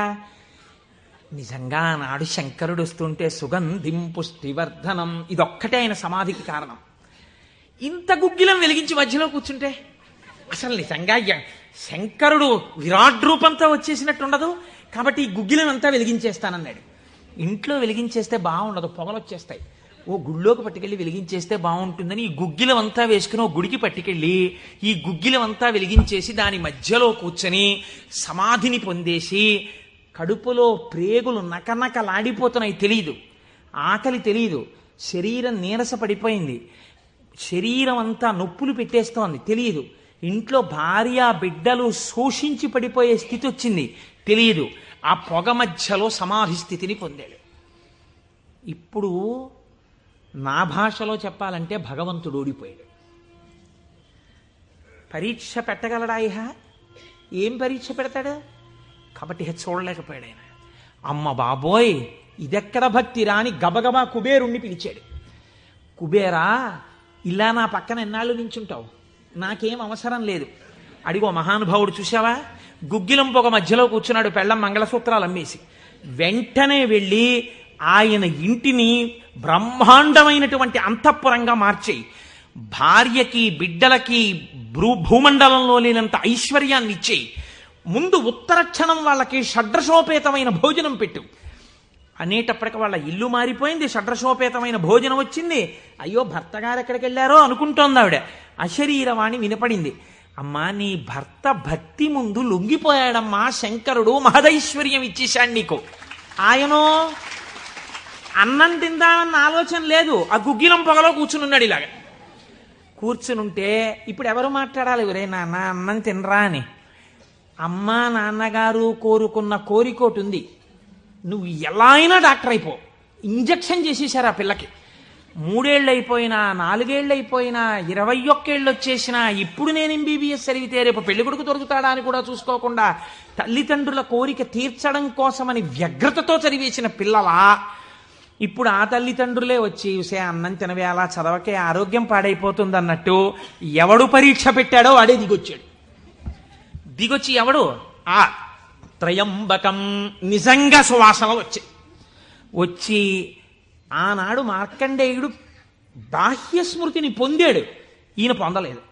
పొందకుండా కూర్చున్నాడు. ఇప్పుడు ఆ పరబ్రహ్మం ముట్టుకోవలసి వచ్చింది. ఇలాగా ముట్టుకుని కదిపాడు. ఓయ్ కలయా కలయా అని పిలిచాడు. పిలిస్తే ఆయన గభాలన బాహ్య స్మృతిని పొంది అబ్బా శంకరుడు వచ్చేసాడన్నాడు. నిజంగా కనపడితే ఇలా అరుపులు కేకలు ఉండవు. కందులంబట నీరు కారిపోతూ ఆ స్వామి పాదాల మీద పడిపోయి ఏ సుగంధిం పుష్టివర్ధనం అన్నాడో ఆ సువాసన పీలుస్తూ అలా పడిపోయి ఉండిపోయాడు. శంకరుడు భుజాలు పట్టుకుని లేపి, ఒరే నాన్న, నువ్వు ఇంటికి వెళ్ళింత అన్నం తినరా, నా కడుపు నిండుతుంది, తొందరగా బయలుదేరరా నాయన, ఇక్కడ ఎన్ని నైవేద్యాలు పెట్టినా నాకు వంట పట్టట్లేదురా, నువ్వు ఇలా పడిపోతే తొందరగా వెళ్ళరా బాబు, నీకు ఎక్కడ లేని ఐశ్వర్యం ఇచ్చేశాను, కావలసినంత గుగ్గిలం వేసే, ముందు వెళ్ళి అన్నం తినన్నాడు. అప్పుడు ఆయన ఇంటికి వెళ్ళాడు. ఇంటికెళ్ళి షడ్రసోపేతమైనటువంటి భోజనాన్ని నాయనార్ స్వీకరించాడు. దీన్ని గుగ్గిల నాయనార్ అంటారు పెరియ పురాణంలో. ఎందుకంటే శివపురాణం చెప్పుకుంటూ నాయనార్ల చరిత్రని అనుసంధానం చేసి ఉత్తరాయణ పుణ్యకాలంలో నాయనార్ల గురించి వింటే పార్వతీ సహితుడైనటువంటి ఆ పరమశివుడు పొంగిపోయి పరవశించిపోతాడు. అందుకే లౌకికమైన ఉదాహరణలు మానేసి అవసరమైన చోట నాయనార్ల చరిత్రలే కలిపేద్దాం. ఇలా 63 మంది నాయనార్ల గురించి నేను చెప్పగలిగితే నా జన్మధన్యం అయిపోతుంది అని ఒక నాయనార్ని కలిపానివాడు. కనుక ఒకనాడు ఒక విచిత్రం జరిగింది. భక్తి అంటే ఎంత చిత్రంగా ఉంటుందో చూడండి. ఈ గుగ్గిల నాయనార్ జీవితంలోనే ఆ పక్కనే ఉన్నటువంటి రాజ్యంలో ఒక శివలింగం ఒకటి ఉంది. ఆ శివలింగం మొన్నను మేము కంచి వెళ్ళాం. ఆ కంచి వెళ్ళినప్పుడు శివలింగం ఇలా ఉంటుంది, గొట్టంలాగా కింద వెడల్పుగా ఉంటుంది, పైకి వెళ్ళే కొద్దీ సన్నగా ఉంటుంది. అటువంటి శివలింగం ఒకటి బాగా ఎత్తుగా ఉన్నటువంటి పీఠం మీద ఉంది. ఒక చిన్న పిల్ల ఆ శివలింగం దగ్గరికి వెళ్ళింది. అరమరిక తెలియని పిల్ల. ఆ పిల్ల వెళ్ళి చేతిలో ఒక తుమ్మి పువ్వు పట్టుకుని వెయ్యాలనుకుంది. ఆ పీఠం పట్టుకుంది, ఎగిరింది, ఎక్కింది, అందలేదు. ఆ పిల్ల ఏడుపు మొదలెట్టింది. ఏడుపు మొదలెట్టి శివా శివా నువ్వు నాకు అందట్లేదు, పువ్వు ఎలా వేయనంది. శంకరుడు ఆ భక్తికి పరవశించిపోయాడు. ఇది భగవంతుడు దేనికి కట్టుబడతాడు? ఆ భక్తికి కట్టుబడతాడు. వెంటనే ఇలా ఉన్న శివలింగం ఇలా వంగిపోతే ఆ పిల్లకేం తెలుసు? శివలింగం వంగిపోయింది నా కోసం అనేది. చిన్నపిల్ల పొంగిపోయి తప్పట్లు కొట్టేసి కాసేపు ఆడేసి 2 పువ్వులు వేసేసి వెళ్ళిపోయింది ఆ పిల్ల. మరునాడు యథాలాపంగా అనేక శివలింగాలు ఉంటుంటాయి కదా గుళ్ళో. ఈ శివలింగం వంగడంలో లోపల ఉన్న శివలింగం కూడా వంగిపోయింది. అర్చక స్వామి చూసి భయపడిపోయాడు. ఇదేంటి శివలింగం ఇలా వంగిపోయిందని. మహారాజుకు తెలిసింది. ఇది ఏదో అరిష్టం జరుగుతుంది, శివలింగం వంగింది ఏమిటని భయపడ్డారు. ఈ శివలింగానికి వంపు దిద్దిలా పైకి తీయాలి. వాళ్ళకి ఉన్న తెలివితేటలు ఏమిటంటే ఈ వంగిపోయినటువంటి శివలింగానికి పెద్ద పెద్ద ఇనప గొలుసులేసి ఏనుగులకు కట్టి లాగించారు. ఇన్ని ఏనుగులు ఇనపగొలు, ఇవన్నీ నేను పుక్కిట పురాణాలు నా సొంతంగా చెప్తున్నాను అనుకుంటున్నారా? ఈ దేవాలయాలు ఉన్నాయి ఇప్పటికీ. నా జీవితంలో ఈశ్వరుడు అనుగ్రహిస్తే ఎప్పటికైనా ఈ 63 నాయనార్ల శివాలయాలు దర్శనం చేయాలని నా కోరిక. ఈ వంగిపోయిన శివలింగాన్ని ఇనప గొలుసులో పెట్టి ఏనుగులు లాగుతుంటే గొలుసులు తెగిపోయాయి, శివలింగం వంపు దిద్దబడలేదు. ఇది ఎవరో గుగ్గిల్ నాయనారికి చెప్పారు. శివలింగం వంగిందిట, ఇనప గొలుసులేసి లాగుతున్నారట, లాగుతుంటే గొలుసులు తెగిపోతున్నాయిట. ఆయన ఎంత బాధపడిపోయి కింద పడి ఏడిచి దొల్లేశాడు. శంకరా, మీ కంఠానికి ఇనప గొలుసులేసి ఏనుగులతో లాగారా? ఎంత ఒరిసిపోయిందో ఆ కంఠమని.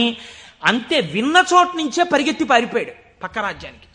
పారిపోయి గుళ్ళోకి వెళ్ళి అన్నం లేదు, నీళ్లు లేవు, ఒగరుస్తూ ఒంటి నిండా చెమటలు పట్టుకుని, ఈశ్వర, మీకు జరిగినటువంటి అపరాధం నా శరీరమునకు పొందేటటువంటి ఖేదంతో పోవాలని మీ వంపు దిద్దడం కాదు, మీ వంపు దిద్దడానికి మీకు ఇనప గొలుసు లేచి లాగినప్పుడు మీ కంఠం నొక్కుకుని ఉంటుంది, ఆ శిక్ష నేను అనుభవిస్తానని ఒక గొలుసు, తన మెడలో ఉన్నటువంటి గొలుసుని శివలింగపు వంపుకేసి గట్టిగా లాగాడు, తన కంఠం ఒరిసిపోయి తెగాలని. తన కంఠం తెగలేదు, శివలింగం వంపు ఇలా పైకి లేచిపోయింది. ఆ వంపు దిద్దినటువంటి వాడు గుగ్గిల నాయనారు. ఇప్పుడు మీరు నాకు చెప్పండి, బ్రతికున్న నాళ్ళు గుగ్గిల నాయనారు ఏం చేశాడు డబ్బు సంపాదించడానికంటే ఎవ్వరికీ తెలియదు. ఇంట్లో పర్సులోంచి 10 రూపాయలు తీస్తే 1000 రూపాయలు మళ్ళీ ఇంకో రూపంలో వచ్చేస్తుండేవి. అంత చిత్రంగా ఆయన మహదైశ్వర్య సంపన్నుడై, అందుకే అంటారు శాస్త్రంలో, ఐశ్వర్యము కావాలన్నవాడు శివారాధన చెయ్యాలి.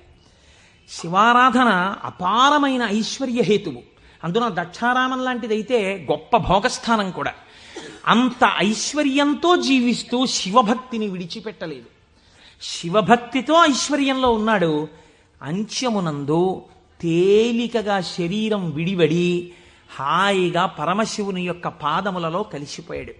ఇప్పుడు మీరు చెప్పండి, అమరకోశంలో మహానుభావుడు అమరసింహుడు శివశబ్దానికి సజ్జనుల యొక్క మనస్సు రమించేటటువంటి స్వరూపము కలిగిన వాడు అని శివశబ్దానికి అర్థం చెప్పడంలో ఎంత గంభీరమైన అర్థం ఉందో మీరు చూడండి. శివశబ్దము సజ్జనుల యొక్క మనసు రమించు స్థానము. ఎలా రమిస్తుంది, దేనివల్ల? దానికి ఈ కారణం ఆ కారణం అని చెప్పడం కుదరదు. మీకు మనస్సుంటే, భక్తి ఉంటే ఒక్క కారణం చాలు. ఏదో ఒక కారణంతో శివుని యందు మనసు రమిస్తే వాడికి సమస్తమైనటువంటి ఐశ్వర్యము కలుగుతుంది. ఇహము నుండి పరము వరకు, మోక్షము వరకు పొందగలడు. కాబట్టి అటువంటి స్థితిని ఇయ్యగలిగినది. 3వ నిర్వచనంలో అంటారు, చేతే సజ్జన మనస్వితివా. సాధువుల యొక్క మనస్సు యందు తానుండువాడు. ఇప్పటి వరకు సాధువులు తమ మనస్సు శివుని యందు పెట్టారు. ఇప్పుడే స్థితి కెడతట. ఇదే భృంగీచ్ఛా నటనోత్కట కరిమదగ్రాహీ స్ఫురన్మాధవా హ్లాదో నాదయుతో మహాసితవపు పంచేషు బాణాధృత సత్పక్ష సుమనోవనేషు నపునః సాక్షాన్మదీయే మనోరాజీవే భ్రమరాధిపో విహరతాం శ్రీశైలవాసీ విభుహో అని పిలుస్తారు శంకరాచార్యులు వారి శివానందలహరిలో. లోపల ఉండేటటువంటి హృదయ పద్మము పరిశుద్ధముగా భక్తి అన్న తేనెతో నిండి ఉంటే 2 గండు తుమ్మెదలు వస్తాయి. పార్వతీ పరమేశ్వరులనే గండు తుమ్మెదలు వచ్చి విహరిస్తుంటే అక్కడ తేనె కోసం. ఇప్పుడు ఎవరి మనస్సు నిరంతరము శివనామము పట్టుకుని రమించిపోతోందో, ఎవరు శృతి ప్రమాణము చేత పరవశించిపోతున్నారో అటువంటి వారి మనస్సు యందు పరమశివుడే వెళ్ళి చేరి ఉంటాడు. అంటే ఆయనే శివుడైపోయి ఉంటాడు. ఇది నోటితో చెప్తే చాలామంది అందుకుని ఉంటారు, కానీ నేను దీనికి కూడా ఒక ఉదాహరణ ఇచ్చే ప్రయత్నం చేస్తాను. చంద్రశేఖర పరమాచార్య స్వామి వారికి నడిచే దేవుడు అని పేరు. మహానుభావుడు, ప్రాతస్మరణీయులు. మొన్నట్నే మేము కంచి కామకోటి పీఠానికి వెళ్ళి స్వామివారి బృందావనం దగ్గర ప్రణిపాతం చేసి వచ్చాం. సమాధి అన్నమాట వాడరు పెద్దలు. సన్యసించినటువంటి వారిని సమాధి చేసిన చోట పైన తులసి కోట పెడితే బృందావని అని పిలవాలి. ఇది బృందావనం అండి, చంద్రశేఖర పరమాచార్య స్వామి వారి బృందావనం అనాలి. అలా కాకుండా సమాధి మీద శివలింగం ఉంటే బృందావనం అనకూడదు, అధిష్టానము అనాలి. ఇది రమణ మహర్షి యొక్క అధిష్టానం అండి అనాలి. రమణాశ్రమంలోకి వెళ్ళారనుకోండి, మీరు ఇది రమణ మహర్షి సమాధనో రమణ మహర్షి బృందావనమనో మీరు ఉచ్చరిస్తే మీ యందు దోషం పడుతుంది. అలా అనకూడదు. ఇది రమణుల అధిష్టానము అని పిలవాలి. ఎందుకంటే దాని మీద శివలింగం ఉంటుంది కనుక. అటువంటి బృందావనం చంద్రశేఖర పరమాచార్య స్వామి వారి బృందావనం దగ్గర మేము మొన్న ప్రణిపాతం చేసి వచ్చే అదృష్టాన్ని పరమాచార్య స్వామి మాకు అనుగ్రహించారు. పరమాచార్య స్వామి ఒక మాట చెప్పుకుంటూ ఉండేవారు. ఆయన అనేవారు, నాకు ఎప్పుడైనా చీకట్లో వెడుతున్నప్పుడు ఒక విగ్రహాన్ని చూస్తే నా బాధ్యత నాకు గుర్తొస్తుందనేవారు. ఇదండి రమించడం అంటే, ఇది శివుడంటే. మామూలుగా మాట్లాడడం, ఇలా ఉపన్యాసాలు చెప్పడం గొప్ప కాదు. రమించిన హృదయంలోంచి అటువంటి మాట రావడం ఆ వ్యక్తి యొక్క స్థితిని చూపిస్తుంది. పరమాచార్య నడిచి వెళ్ళిపోతుండేవారు. తెల్లవారుజామున 3 గంటలకి వారు నడిచి వెళ్ళిపోతున్నారు. ఒకసారి నడిచి వెళ్ళిపోతుంటే ఒక ఊరి మధ్యలో ఒక కోటు వేసుకున్నటువంటి ఒక వ్యక్తి, వాడెవరో ఒక రాజకీయ నాయకుడు, ఆయన యొక్క శిలా ప్రతిమ ఒకటి ఉంది. పరమాచార్య నిలబడి ఒక నవ్వు నవ్వారు. పరమాచార్య నవ్వారంటే దానిలో ఏదో అర్థం ఉంటుంది. ఆయనతో ఆనాడు అంతేవాసులై దగ్గరగా నడిచినటువంటి శిష్యులున్నారే, వారు అదృష్టవంతులు కనుక వారు దగ్గరగా వెళ్ళి నిలబడ్డారు. ఎందుకు నవ్వారు అని అడగరు కదా. వారు నవ్వి అన్నారు, దీన్ని చూస్తే నాకేం జ్ఞాపకం వస్తుందో తెలుసా, నా బాధ్యత జ్ఞాపకానికి వస్తోంది అన్నారు. అదేమిటండి, ఆ విగ్రహానికి మీకు సంబంధం ఏమిటి అనుకున్నారు విన్నవాళ్ళు. ఆయన అన్నారు, ఈ విగ్రహంలో ఉన్న వ్యక్తి తెల్లవారుజామున 3 గంటలకి ఇలాగే కోటేసుకుని నిలబడి ఉండేవాడా అని అడిగారు. అప్పుడు 3 కదా అయింది టైము. తెల్లవారుజామున 3 గంటలకి ఆ విగ్రహంలో ఉన్న వ్యక్తి ఎవరు ఉన్నాడో ఆయన అలా కోటేసుకుని నిలబడ్డ కదా. లేకపోతే బహుశా ఇప్పుడు మనం 3ంటికి చూసాం, ఈయన రాత్రి 1 గంటకు కూడా ఇలాగే కోటేసుకుని ఉండుంటాడు. అంటే రాత్రి 1 గంటకు కూడా ఈయన బతికున్న రోజుల్లో కోటేసుకుని ఉన్నాడా? లేడు. కానీ కోటేసుకున్నటువంటి వ్యక్తిని అందరూ చూశారు బయట. ఆయన బయటకు వచ్చినప్పుడు ఎక్కువగా కోటుతో బయటకు వచ్చేవాడు. కాబట్టి ఇప్పుడు ఆయన్ని చూడగానే రాత్రి చూసినా, పగలు చూసినా, ఉదయం చూసినా, సంధ్యవేళ చూసినా ఆయన జీవితంలో సాధించిన విషయాలు జ్ఞాపకానికి వచ్చి, అందుకు ఆయనకి ఇటువంటి శిలాస్తూపం పెట్టారు అని జ్ఞాపకానికి వస్తుంది. నేనెవరో తెలుసా? పరమాచార్య చెప్పిన మాట. నేను కూడా ఇలా దండం పట్టుకుని కమండలం పట్టుకుని నడిచి వెళ్ళిపోతుంటే భారతదేశమునకు 4 చెరగుల మళ్లీ అవైదికమైన మతములు ప్రవేశించకుండా 4 పీఠములు పెట్టి చంద్రమౌళీశ్వరారాధన ఏర్పాటు చేసినటువంటి మహాపురుషుడైన శంకరాచార్య స్వామి వారి ప్రతిబింబంగా ఆ శిల తన జీవితాన్ని జ్ఞాపకం చేస్తే, శంకరులని జ్ఞాపకం చేసి నడువడిని నేర్పడానికి ఈ రూపంతో మేం తిరుగుతున్నాం. మా నడువడి ఎంత జాగ్రత్తగా ఉండాలో చూడండి అని పరమాచార్య ఆ స్తూపాన్ని చూసి చెప్పుకున్నారు. ఎంత భక్తో చూడండి నిజంగా వారిది. వారు ఒకనాడు శ్రీశైలం వెళ్ళారు. వెళ్ళినప్పుడు హటకేశ్వరంలో శంకరాచార్య స్వామి వారు తపస్సు చేసినటువంటి ప్రదేశం ఉంది.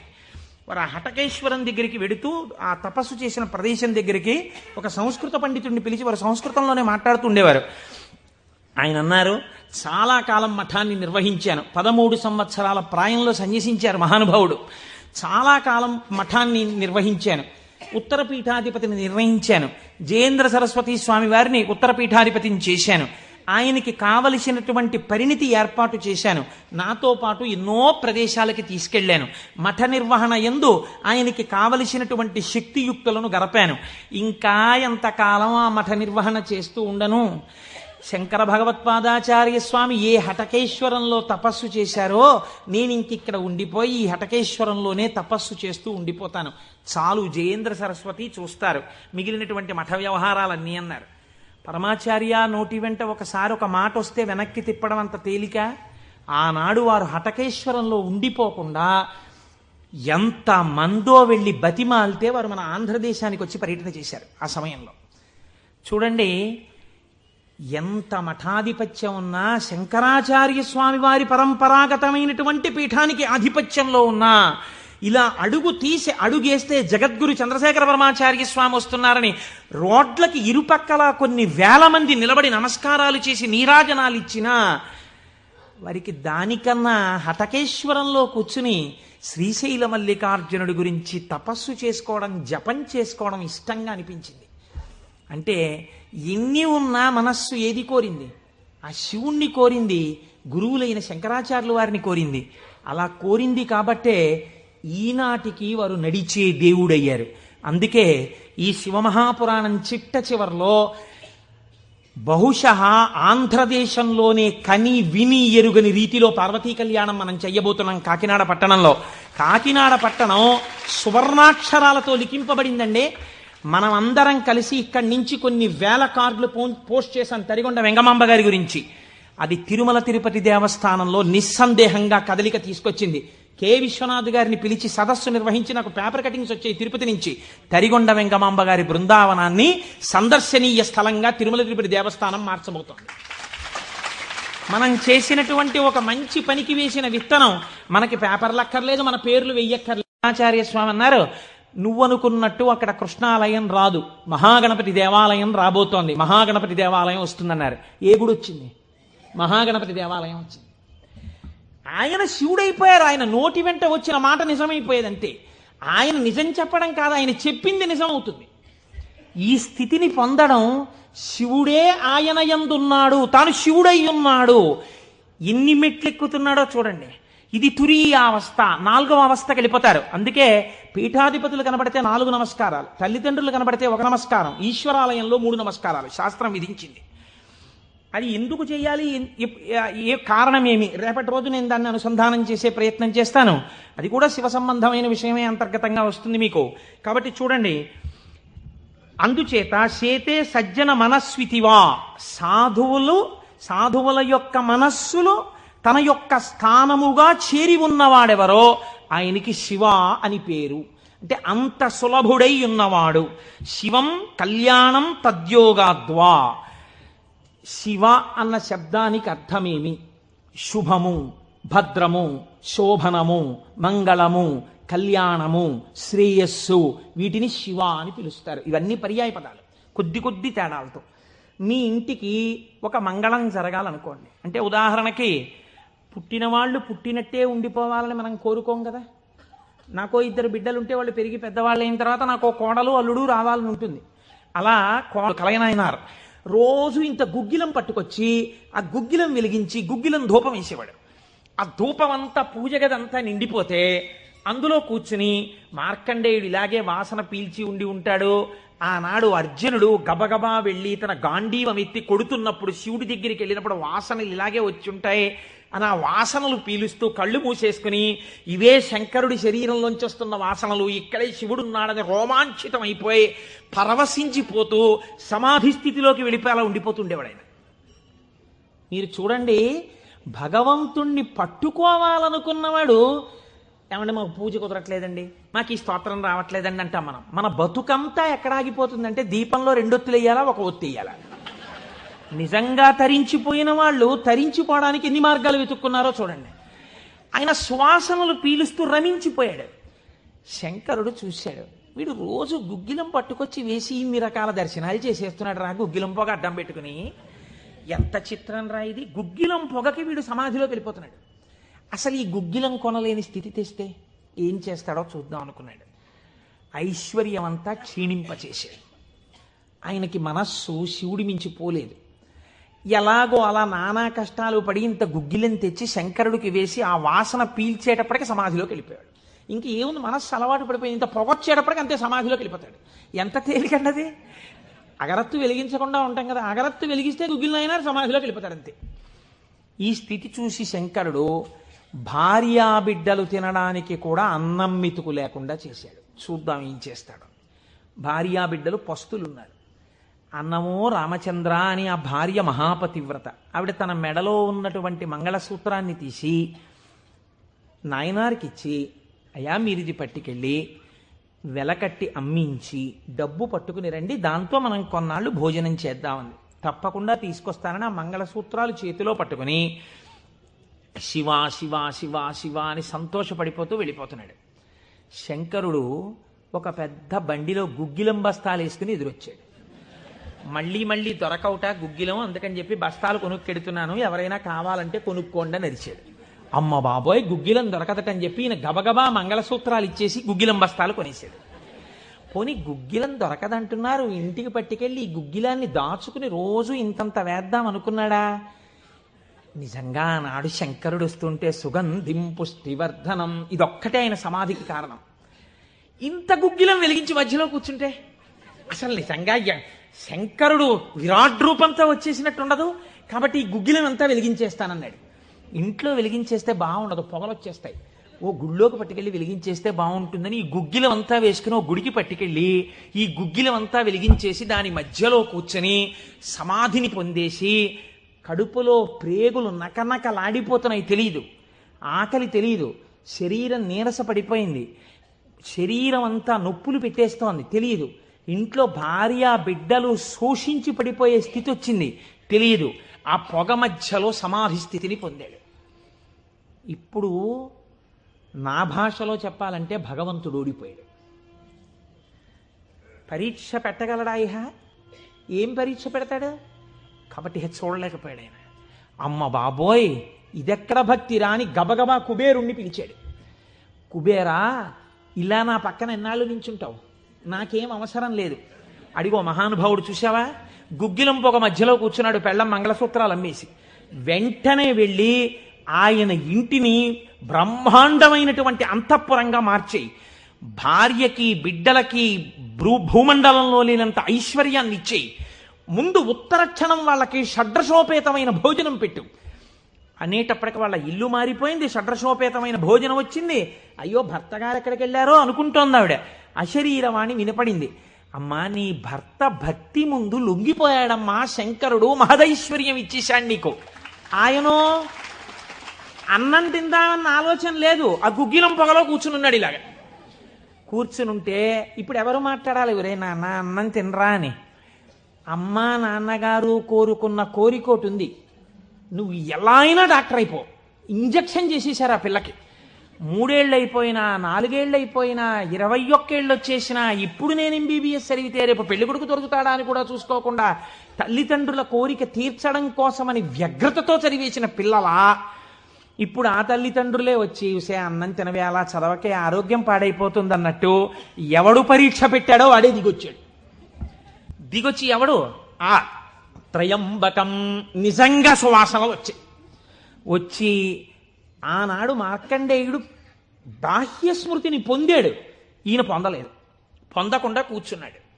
ఇప్పుడు ఆ పరబ్రహ్మం ముట్టుకోవలసి వచ్చింది. ఇలాగా ముట్టుకుని కదిపాడు. ఓయ్ కలయా కలయా అని పిలిచాడు. పిలిస్తే ఆయన గభాలన బాహ్య స్మృతిని పొంది అబ్బా శంకరుడు వచ్చేసాడన్నాడు. నిజంగా కనపడితే ఇలా అరుపులు కేకలు ఉండవు. కందులంబట నీరు కారిపోతూ ఆ స్వామి పాదాల మీద పడిపోయి ఏ సుగంధిం పుష్టివర్ధనం అన్నాడో ఆ సువాసన పీలుస్తూ అలా పడిపోయి ఉండిపోయాడు. శంకరుడు భుజాలు పట్టుకుని లేపి, ఒరే నాన్న, నువ్వు ఇంటికి వెళ్ళి ఇంత అన్నం తినరా, నా కడుపు నిండుతుంది, తొందరగా బయలుదేరరా నాయన, ఇక్కడ ఎన్ని నైవేద్యాలు పెట్టినా నాకు వంట పట్టట్లేదురా, నువ్వు ఇలా పడిపోతే తొందరగా వెళ్ళరా బాబు, నీకు ఎక్కడ లేని ఐశ్వర్యం ఇచ్చేశాను, కావలసినంత గుగ్గిలం వేసాయి, ముందు వెళ్ళి అన్నం తినన్నాడు. అప్పుడు ఆయన ఇంటికి వెళ్ళాడు. ఇంటికెళ్ళి షడ్రసోపేతమైనటువంటి భోజనాన్ని నాయనార్ స్వీకరించాడు. దీన్ని గుగ్గిల నాయనార్ అంటారు పెరియ పురాణంలో. ఎందుకంటే శివపురాణం చెప్పుకుంటూ నాయనార్ల చరిత్రని అనుసంధానం చేసి ఉత్తరాయణ పుణ్యకాలంలో నాయనార్ల గురించి వింటే పార్వతీ సహితుడైనటువంటి ఆ పరమశివుడు పొంగిపోయి పరవశించిపోతాడు. అందుకే లౌకికమైన ఉదాహరణలు మానేసి అవసరమైన చోట నాయనార్ల చరిత్రలే కలిపేద్దాం. ఇలా 63 మంది నాయనార్ల గురించి నేను చెప్పగలిగితే నా జన్మధన్యం అయిపోతుంది అని ఒక నాయనార్ని కలిపానివాడు. కనుక ఒకనాడు ఒక విచిత్రం జరిగింది. భక్తి అంటే ఎంత చిత్రంగా ఉంటుందో చూడండి. ఈ గుగ్గిల నాయనార్ జీవితంలోనే ఆ పక్కనే ఉన్నటువంటి రాజ్యంలో ఒక శివలింగం ఒకటి ఉంది. ఆ శివలింగం మొన్నను మేము కంచి వెళ్ళాం. కంచి వెళ్ళినప్పుడు శివలింగం ఇలా ఉంటుంది, గొట్టంలాగా కింద వెడల్పుగా ఉంటుంది, పైకి వెళ్ళే కొద్దీ సన్నగా ఉంటుంది. అటువంటి శివలింగం ఒకటి బాగా ఎత్తుగా ఉన్నటువంటి పీఠం మీద ఉంది. ఒక చిన్న పిల్ల ఆ శివలింగం దగ్గరికి వెళ్ళింది. అరమరిక తెలియని పిల్ల. ఆ పిల్ల వెళ్ళి చేతిలో ఒక తుమ్మి పువ్వు పట్టుకుని వెయ్యాలనుకుంది. ఆ పీఠం పట్టుకుంది, ఎగిరింది, ఎక్కింది, అందలేదు. ఆ పిల్ల ఏడుపు మొదలెట్టింది. ఏడుపు మొదలెట్టి, శివా శివా నువ్వు నాకు అందట్లేదు, పువ్వు ఎలా వేయనంది. శంకరుడు ఆ భక్తికి పరవశించిపోయాడు. ఇది భగవంతుడు దేనికి కట్టుబడతాడు? ఆ భక్తికి కట్టుబడతాడు. వెంటనే ఇలా ఉన్న శివలింగం ఇలా వంగిపోతే ఆ పిల్లకేం తెలుసు? శివలింగం వంగిపోయింది నా కోసం. అది చిన్నపిల్ల పొంగిపోయి తప్పట్లు కొట్టేసి కాసేపు ఆడేసి 2 పువ్వులు వేసేసి వెళ్ళిపోయింది ఆ పిల్ల. మరునాడు యథాలాపంగా అనేక శివలింగాలు ఉంటుంటాయి కదా గుళ్ళో. ఈ శివలింగం వంగడంలో లోపల ఉన్న శివలింగం కూడా వంగిపోయింది. అర్చక స్వామి చూసి భయపడిపోయాడు. ఇదేంటి శివలింగం ఇలా వంగిపోయిందని మహారాజుకు తెలిసింది. ఇది ఏదో అరిష్టం జరుగుతుంది, శివలింగం వంగింది ఏమిటని భయపడ్డారు. ఈ శివలింగానికి వంపు దిద్దిలా పైకి తీయాలి. వాళ్ళకి ఉన్న తెలివితేటలు ఏమిటంటే ఈ వంగిపోయినటువంటి శివలింగానికి పెద్ద పెద్ద ఇనప గొలుసులేసి ఏనుగులకు కట్టి లాగించారు. ఇన్ని ఏనుగులు, ఇనపగొలు, ఇవన్నీ నేను పుక్కిట పురాణాలు నా సొంతంగా చెప్తున్నాను అనుకుంటున్నారా? ఈ దేవాలయాలు ఉన్నాయి ఇప్పటికీ. నా జీవితంలో ఈశ్వరుడు అనుగ్రహిస్తే ఎప్పటికైనా ఈ 63 నాయనార్ల శివాలయాలు దర్శనం చేయాలని నా కోరిక. ఈ వంగిపోయిన శివలింగాన్ని ఇనప గొలుసులో పెట్టి ఏనుగులు లాగుతుంటే గొలుసులు తెగిపోయాయి. శివలింగం వంపు దిద్దబడలేదు. ఇది ఎవరో గుగ్గిల్ నాయనారికి చెప్పారు. శివలింగం వంగిందిట, ఇనప గొలుసులేసి లాగుతున్నారట, లాగుతుంటే గొలుసులు తెగిపోతున్నాయిట. ఆయన ఎంత బాధపడిపోయి కింద పడి ఏడిచి దొల్లేశాడు. శంకరా, మీ కంఠానికి ఇనప గొలుసులేసి ఏనుగులతో లాగారా? ఎంత ఒరిసిపోయిందో ఆ కంఠమని. అంతే, విన్న చోటు నుంచే పరిగెత్తి పారిపోయాడు పక్క రాజ్యానికి. పారిపోయి గుళ్ళోకి వెళ్ళి అన్నం లేదు, నీళ్లు లేవు, ఒగరుస్తూ ఒంటి నిండా చెమటలు పట్టుకుని, ఈశ్వర మీకు జరిగినటువంటి అపరాధం నా శరీరమునకు పొందేటటువంటి ఖేదంతో పోవాలని మీ వంపు దిద్దడం కాదు, మీ వంపు దిద్దడానికి మీకు ఇనప గొలుసు లేచి లాగినప్పుడు మీ కంఠం నొక్కుకుని ఉంటుంది, ఆ శిక్ష నేను అనుభవిస్తానని ఒక గొలుసు, తన మెడలో ఉన్నటువంటి గొలుసుని శివలింగపు వంపుకేసి గట్టిగా లాగాడు. తన కంఠం ఒరిసిపోయి తెగాలని.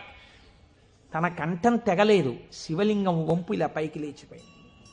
ఆ వంపు దిద్దినటువంటి వాడు గుగ్గిల నాయనారు. ఇప్పుడు మీరు నాకు చెప్పండి, బ్రతికున్న నాళ్ళు గుగ్గిల నాయనారు ఏం చేశాడు డబ్బు సంపాదించడానికంటే ఎవ్వరికీ తెలియదు. ఇంట్లో పర్సులోంచి 10 రూపాయలు తీస్తే 1000 రూపాయలు మళ్ళీ ఇంకో రూపంలో వచ్చేస్తుండేవి. అంత చిత్రంగా ఆయన మహదైశ్వర్య సంపన్నుడై, అందుకే అంటారు శాస్త్రంలో, ఐశ్వర్యము కావాలన్నవాడు శివారాధన చెయ్యాలి. శివారాధన అపారమైన ఐశ్వర్య హేతువు. అందున దక్షారామం లాంటిదైతే గొప్ప భోగస్థానం కూడా. అంత ఐశ్వర్యంతో జీవిస్తూ శివభక్తిని విడిచిపెట్టలేదు. శివభక్తితో ఐశ్వర్యంలో ఉన్నాడు. అంత్యమునందు తేలికగా శరీరం విడివడి హాయిగా పరమశివుని యొక్క పాదములలో కలిసిపోయాడు.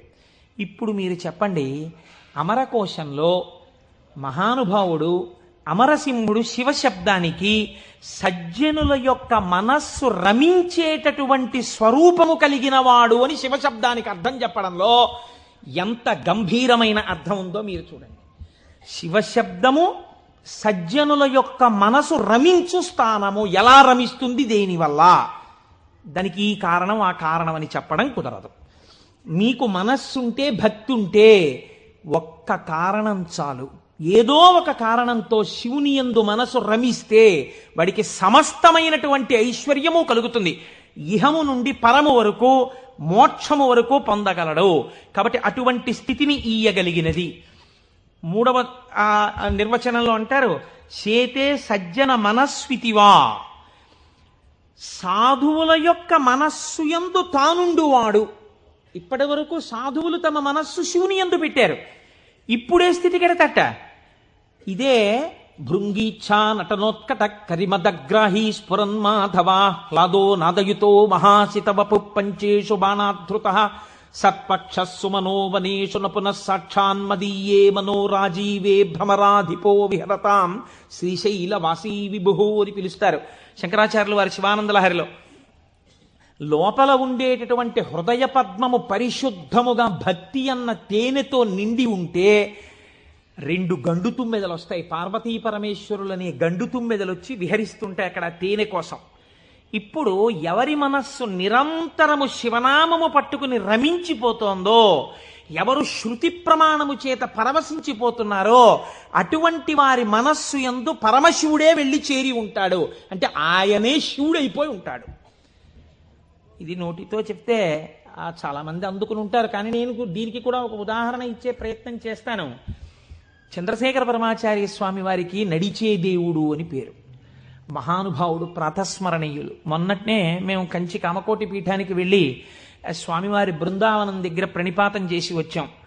ఆ సమాధి అన్నమాట వాడరు పెద్దలు సన్యసించినటువంటి వారిని సమాధి చేసిన చోట పైన తులసి కోట పెడితే బృందావని మీద పిలవాలి. ఇది బృందావనం అండి, చంద్రశేఖర పరమాచార్య స్వామి వారి బృందావనం అనాలి. అలా కాకుండా సమాధి మీద శివలింగం ఉంటే బృందావనం అనకూడదు, అధిష్టానము అనాలి. ఇది రమణ మహర్షి యొక్క అధిష్టానం అండి అనాలి. రమణాశ్రమంలోకి వెళ్ళారనుకోండి, మీరు ఇది రమణ మహర్షి సమాధనో రమణ మహర్షి బృందావనమనో మీరు ఉచ్చరిస్తే మీ యందు దోషం పడుతుంది. అలా అనకూడదు. ఇది రమణుల అధిష్టానము అని పిలవాలి. ఎందుకంటే దాని మీద శివలింగం ఉంటుంది కనుక. అటువంటి బృందావనం చంద్రశేఖర పరమాచార్య స్వామి వారి బృందావనం దగ్గర మేము మొన్న ప్రణిపాతం చేసి వచ్చే అదృష్టాన్ని పరమాచార్య స్వామి మాకు అనుగ్రహించారు. పరమాచార్య స్వామి ఒక మాట చెప్పుకుంటూ ఉండేవారు. ఆయన అనేవారు, నాకు ఎప్పుడైనా చీకట్లో వెడుతున్నప్పుడు ఒక విగ్రహాన్ని చూస్తే నా బాధ్యత నాకు గుర్తొస్తుందనేవారు. ఇదండి రమించడం అంటే, ఇది శివుడంటే. మామూలుగా మాట్లాడడం, ఇలా ఉపన్యాసాలు చెప్పడం గొప్ప కాదు. రమించిన హృదయంలోంచి అటువంటి మాట రావడం ఆ వ్యక్తి యొక్క స్థితిని చూపిస్తుంది. పరమాచార్య నడిచి వెళ్ళిపోతుండేవారు. తెల్లవారుజామున 3 గంటలకి వారు నడిచి వెళ్ళిపోతున్నారు. ఒకసారి నడిచి వెళ్ళిపోతుంటే ఒక ఊరి మధ్యలో ఒక కోటు వేసుకున్నటువంటి ఒక వ్యక్తి, వాడెవరో ఒక రాజకీయ నాయకుడు, ఆయన యొక్క శిలా ప్రతిమ ఒకటి ఉంది. పరమాచార్య నిలబడి ఒక నవ్వు నవ్వారు. పరమాచార్య నవ్వారంటే దానిలో ఏదో అర్థం ఉంటుంది. ఆయనతో ఆనాడు అంతేవాసులై దగ్గరగా నడిచినటువంటి శిష్యులున్నారే, వారు అదృష్టవంతులు కనుక వారు దగ్గరగా వెళ్ళి నిలబడ్డారు. ఎందుకు నవ్వారు అని అడగరు కదా. వారు నవ్వి అన్నారు, దీన్ని చూస్తే నాకేం జ్ఞాపకం వస్తోందో తెలుసా, నా బాధ్యత జ్ఞాపకానికి వస్తోంది అన్నారు. అదేమిటండి, ఆ విగ్రహానికి మీకు సంబంధం ఏమిటి అనుకున్నారు విన్నవాళ్ళు. ఆయన అన్నారు, ఈ విగ్రహంలో ఉన్న వ్యక్తి తెల్లవారుజామున 3 గంటలకి ఇలాగే కోటేసుకుని నిలబడి ఉండేవాడా అని అడిగారు. అప్పుడు 3 కదా అయింది టైము. తెల్లవారుజామున 3 గంటలకి ఆ విగ్రహంలో ఉన్న వ్యక్తి ఎవరు ఉన్నాడో ఆయన అలా కోటేసుకుని నిలబడ్డ కదా. లేకపోతే బహుశా ఇప్పుడు మనం 3ంటికి చూసాం, ఈయన రాత్రి 1 గంటకు కూడా ఇలాగే కోటేసుకుని ఉండుంటాడు. అంటే రాత్రి 1 గంటకు కూడా ఈయన బతికున్న రోజుల్లో కోటేసుకుని ఉన్నాడా? లేడు. కానీ కోటేసుకున్నటువంటి వ్యక్తిని అందరూ చూశారు బయట. ఆయన బయటికి వచ్చినప్పుడు ఎక్కువగా కోటుతో బయటికి వచ్చేవాడు. కాబట్టి ఇప్పుడు ఆయన్ని చూడగానే రాత్రి చూసినా, పగలు చూసినా, ఉదయం చూసినా, సంధ్యవేళ చూసినా ఆయన జీవితంలో సాధించిన విషయాలు జ్ఞాపకానికి వచ్చి అందుకు ఆయనకి ఇటువంటి శిలాస్తూపం పెట్టారు అని జ్ఞాపకానికి వస్తుంది. నేనెవరో తెలుసా? పరమాచార్య చెప్పిన మాట. నేను కూడా ఇలా దండం పట్టుకుని కమండలం పట్టుకుని నడిచి వెళ్ళిపోతుంటే భారతదేశమునకు 4 చెరగుల మళ్లీ అవైదికమైన మతములు ప్రవేశించకుండా 4 పీఠములు పెట్టి చంద్రమౌళీశ్వరారాధన ఏర్పాటు చేసినటువంటి మహాపురుషుడైన శంకరాచార్య స్వామి వారి ప్రతిబింబంగా ఆ శిల తన జీవితాన్ని జ్ఞాపకం చేస్తే శంకరులని జ్ఞాపకం చేసి నడువడిని నేర్పడానికి ఈ రూపంతో మేం తిరుగుతున్నాం. మా నడువడి ఎంత జాగ్రత్తగా ఉండాలో చూడండి అని పరమాచార్య ఆ స్తూపాన్ని చూసి చెప్పుకున్నారు. ఎంత భక్తో చూడండి నిజంగా వారిది. వారు ఒకనాడు శ్రీశైలం వెళ్ళారు. వెళ్ళినప్పుడు హటకేశ్వరంలో శంకరాచార్య స్వామి వారు తపస్సు చేసినటువంటి ప్రదేశం ఉంది. వారు ఆ హటకేశ్వరం దగ్గరికి వెడుతూ ఆ తపస్సు చేసిన ప్రదేశం దగ్గరికి ఒక సంస్కృత పండితుడిని పిలిచి వారు సంస్కృతంలోనే మాట్లాడుతూ ఉండేవారు. ఆయన అన్నారు, చాలా కాలం మఠాన్ని నిర్వహించాను. 13 సంవత్సరాల ప్రాయంలో సన్యసించారు మహానుభావుడు. చాలా కాలం మఠాన్ని నిర్వహించాను. ఉత్తర పీఠాధిపతిని నిర్ణయించాను. జయేంద్ర సరస్వతి స్వామి వారిని ఉత్తర పీఠాధిపతిని చేశాను. ఆయనకి కావలసినటువంటి పరిణితి ఏర్పాటు చేశాను. నాతో పాటు ఎన్నో ప్రదేశాలకి తీసుకెళ్లాను. మఠ నిర్వహణ యందు ఆయనకి కావలసినటువంటి శక్తియుక్తులను గరపాను. ఇంకా ఎంతకాలం ఆ మఠ నిర్వహణ చేస్తూ ఉండను? శంకర భగవత్పాదాచార్య స్వామి ఏ హటకేశ్వరంలో తపస్సు చేశారో నేను ఇంకిక్కడ ఉండిపోయి ఈ హటకేశ్వరంలోనే తపస్సు చేస్తూ ఉండిపోతాను చాలు, జయేంద్ర సరస్వతి చూస్తారు, మిగిలినటువంటి మఠ వ్యవహారాలన్నీ అన్నారు. పరమాచార్య నోటి వెంట ఒకసారి ఒక మాట వస్తే వెనక్కి తిప్పడం అంత తేలిక. ఆనాడు వారు హటకేశ్వరంలో ఉండిపోకుండా ఎంత మందో వెళ్ళి బతిమాలితే వారు మన ఆంధ్రదేశానికి వచ్చి పర్యటన చేశారు. ఆ సమయంలో చూడండి, ఎంత మఠాధిపత్యం ఉన్నా, శంకరాచార్య స్వామి వారి పరంపరాగతమైనటువంటి పీఠానికి ఆధిపత్యంలో ఉన్నా, ఇలా అడుగు తీసి అడుగేస్తే జగద్గురు చంద్రశేఖర పరమాచార్య స్వామి వస్తున్నారని రోడ్లకి ఇరుపక్కల కొన్ని వేల మంది నిలబడి నమస్కారాలు చేసి నీరాజనాలు ఇచ్చినా వారికి దానికన్నా హటకేశ్వరంలో కూర్చుని శ్రీశైల మల్లికార్జునుడి గురించి తపస్సు చేసుకోవడం, జపం చేసుకోవడం ఇష్టంగా అనిపించింది. అంటే ఎన్ని ఉన్నా మనస్సు ఏది కోరింది? ఆ శివుణ్ణి కోరింది, గురువులైన శంకరాచార్యుల వారిని కోరింది. అలా కోరింది కాబట్టే ఈనాటికి వారు నడిచే దేవుడయ్యారు. అందుకే ఈ శివమహాపురాణం చిట్ట చివర్లో బహుశః ఆంధ్రదేశంలోనే కని విని ఎరుగని రీతిలో పార్వతీ కళ్యాణం మనం చెయ్యబోతున్నాం కాకినాడ పట్టణంలో. కాకినాడ పట్టణం సువర్ణాక్షరాలతో లిఖింపబడిందండి. మనం అందరం కలిసి ఇక్కడి నుంచి కొన్ని వేల కార్డులు పోస్ట్ చేశాం తరిగొండ వెంగమాంబ గారి గురించి. అది తిరుమల తిరుపతి దేవస్థానంలో నిస్సందేహంగా కదలిక తీసుకొచ్చింది. కె విశ్వనాథ్ గారిని పిలిచి సదస్సు నిర్వహించి నాకు పేపర్ కటింగ్స్ వచ్చాయి తిరుపతి నుంచి. తరిగొండ వెంగమాంబ గారి బృందావనాన్ని సందర్శనీయ స్థలంగా తిరుమల తిరుపతి దేవస్థానం మార్చబోతోంది. మనం చేసినటువంటి ఒక మంచి పనికి వేసిన విత్తనం మనకి పేపర్లు అక్కర్లేదు, మన పేర్లు వెయ్యక్కర్లేదో, ఎవడి నామస్మరణ వలన కేవలము శుభమే జరుగుతుందో వాడిని శివ అని పిలిచారు. మీకు నేను ఒక దేవాలయ ప్రాంగణంలో శివమహాపురాణ ప్రవచన సందర్భంలో మీకు ఒక విషయం విజ్ఞాపన చేస్తున్నాను. ఇది పరమసత్యం, అబద్ధాలు చెప్పుకోవలసిన దౌర్భాగ్యం నాకు లేదు. బహుశः మా దొరగారికి ఒక్కరికి తెలిసేమో, ఆయన నాకు పేరు జ్ఞాపకంలో లేదు. ఈ ఊళ్ళోనే ఒక వ్యక్తి ఉండేవారు. ఆయన ఒకసారి నా దగ్గరికి వచ్చి, అంటే నా ఉద్దేశం ఇలాంటి బాధల్లో ఉన్న వాళ్ళందరినీ మా ఇంటికి వచ్చేసి నన్ను అడగమని కాదు. ఆయన ఒకసారి మా ఇంటికి వచ్చి ఒక్కసారి మీకు నమస్కారం చేసి వెళ్ళిపోతానని చాలా వ్యగ్రతతో అన్నాడు. అంటే నేను ఆఫీస్కి వెళ్ళిపోతున్నానండి, టైం అయిపోతుంది, ఇప్పుడు నమస్కారం పెట్టి మాట్లాడడం ఎందుకు? అక్కర్లేదు, నేనేం మాట్లాడను, ఒకసారి నమస్కారం చేసి వెళ్ళిపోతానని. సరే చెయ్యండి, కానీ అది మీరు నమస్కారం చేస్తానన్నట్టు లేదు, ఒక్కసారి మిమ్మల్ని కొడతానన్నట్టుంది. ఎందుకంత భావన వ్యగ్రత అన్న అంటే, ఇవాళే నా జీవితానికి చిట్ట చివరి రోజు, నేను ఆత్మహత్య చేసుకోబోతున్నాను. నా మనస్సులో ఎప్పుడైనా శాంతి కలిగితే మీ ఉపన్యాసాల్లోనే కలిగేది. అందుకని మీకు ఒక్కసారి నమస్కారం చేసి ఆత్మహత్య చేసుకుందామని వచ్చాను. మీకు ఒక్కరికే చెప్తున్నాను, మీరు ఎవరికీ చెప్పకండి, సాయంకాలానికి నేను ఉండను అన్నది. నేను హడిలిపోయిన ఇది నాకు చెప్పాడు బాబని, అది నేను తర్వాత ఎడతాను ఆఫీస్కి, అవసరమైతే హాఫ్ డే సీఎల్ ఎడతాను, కూర్చోండి కూర్చోండి కూర్చోండి అని కూర్చోబెట్టాను. అంటే బాబా ఇలా మా ఇంటికి వచ్చేయమని ఆలోచమండి. కాబట్టి కూర్చుంటే ఏమి మీకు ఎందుకు కలిగింది బాధ? ఆయన ఏదో పాపం చాలా చెప్పుకొచ్చాడు ఏడుస్తూ. నేనన్నా సరే ఒక పని చేయండి, ఆఖరి ప్రయత్నం చేయండి. మీరు దీక్షగా 42 రోజులు శివాలయానికి ఎవ్వరికీ చెప్పద్దు. ప్రదోష వేళలో వెళ్ళి శివ ప్రదక్షిణం చేసి మీరు ఏమీ చెప్పకండి. మీరు చెప్పగలిగినంతసేపు శివాలయం అరుగు మీద కూర్చుని శివ శివ శివ శివ శివ శివ ఇదొకటే. ఒక 42 రోజులు ఈ దరిద్రాన్ని, మీ కష్టాలని అనుభవించి చూడండి అన్నారు. మీరు నమ్ముతారా? ఆ వ్యక్తి నా దగ్గరికి వచ్చి, నా జీవితంలో ఆశించని రీతిలో నా జీవితానికి ఒక కొత్త మలుపు తిరిగిందండి, నేను వరంగల్ వెళ్ళిపోతున్నాను, నేను సెటిల్ అయిపోతున్నానని చెప్పాడు. ఆ వ్యక్తే నాకు ఈ మధ్యనే మళ్ళీ ఫోన్ చేసి, కోటేశ్వరారు ఇప్పుడు నేను ఎంత ఆనందంగా ఉన్నానోనండి, ఒక్కసారి మీరు ఏమైనా వరంగల్ వస్తారేమిటండి ఉపన్యాసాలకి, మీ దర్శనానికి వద్దాం అనుకుంటున్నాను, నేను కూడా కాకినాడ అన్నాడు.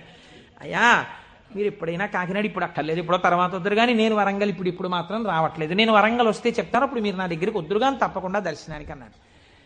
కళ్యాణి అందులో అంటారే, ఏతి జీవంతిమానందో నరం వర్ష శతాదపి అంటుంది సుందరకాండ. 100 ఏళ్ళు బతికిన వాడు శుభాన్ని చూస్తాడు. అందుకే తొందరపడి ఏదో సమస్య ఉందని ఆత్మహత్యలు చేసేసుకుంటాం, ఇలాంటి మాటలు అనకూడదు. కాబట్టి చూడండి, శివుడు ఉద్ధరించగలడు అనడానికి ప్రత్యక్ష ప్రమాణం మనకే ఉంది కదా. శివం అంటే మంగళం, శోభనం, శ్రేయస్సు, కళ్యాణం. ఏ శుభము నీకు కావాలన్నా శివానుగ్రహముగానే వస్తుంది. శివానుగ్రహము కలిగితే నీ ఇంట సర్వమంగళములు జరుగుతాయి. అందుకే శంకర భగవత్పాదాచార్య స్వామి శివానంద లహరిలో ఒక మాట అంటారు, అసలు శివ నిన్ను చూసి ఏదేదో అనుకుంటుంటారు. అసలు నీ స్వరూపం ఒక్కసారి ఆలోచించు. కరస్తే హేమాద్రౌ గిరిశ నికటస్తే ధనపతౌ గృహస్థే స్వర్భూజామరసురభి చింతామణిగణే శిరస్థే సీతాంశౌ చరణయుగళస్తే అఖిల శుభౌ కమర్థం దాస్యేహం భవతు భవదర్థం మమ మనః అంటారు. శంకర, నాకు శుభం ఇయ్యని అడగడానికి నీకు నేనేమి ఇచ్చివను? కరస్తే హేమాద్రౌ, ఒక చేతిలో నువ్వు మేరు పర్వతం బంగారు కొండ పట్టుకున్నావు, బంగారు కొండే నీకుంది, ఇంకేమివ్వను? గిరిశ నికటస్తే ధనపతౌ, గిరిశ ఓ శంకర, నీ పక్కన నవనిధులకు అధిపతి అయిన కుబేరుడు ఇలా నిలబడ్డాడు. నువ్వు ఎప్పుడు కుబేరా కొంచెం ఏమైనా 2 రూపాయలనేటి అనలేదు. ఆయనే ఎప్పుడు ఏమైనా అడుగుతావేమోనని ఇలా నిలబడ్డా, ఆయన కోరిక తీరలేదు. గిరిశ నికటస్తే ధనపతౌ, కుబేరుడు నీ పక్కన ఉన్నాడు. గృహస్థే స్వర్భూజామరసురభి చింతామణిగణే, నీ ఇంట కల్పవృక్షాలు, కామధేనువులు, చింతామణులు రాసులు పోసి ఉన్నాయి. ఎన్ని కామధేనువులో, ఎన్ని కల్పవృక్షాలో, చింతామణులతో గోడలు కట్టారు నీ ఇంట్లో. పోన్లేవయ్యా, ఇవన్నీ ఉన్నాయి, కానీ నీకేదో మోక్షం ఇస్తాను, నీకేమైనా అనారోగ్యం వస్తే తగ్గిస్తానడానికి నీ యొక్క శిరస్సు మీద సీతాంశు చంద్రబింబం ఉంది, చంద్రరేఖ ఉంది, కాబట్టి మోక్షం ఇచ్చే అధికారం నీకుంది. ఇంకా నీకు నేనేమివ్వను? నాది నాది అన్నది ఒక్కటి ఉంది నా దగ్గర, నీది కాదని నా దగ్గర ఉన్నది అన్నది ఏమిటో తెలుసా? కమర్థం దాస్యేహం భవతు భవదర్థం మమ మనః. నాది అని అస్తమానం నన్ను బంధనంలో పడేసే ఈ మనస్సు నీకు ఇచ్చేస్తా, బుచ్చేసుకో.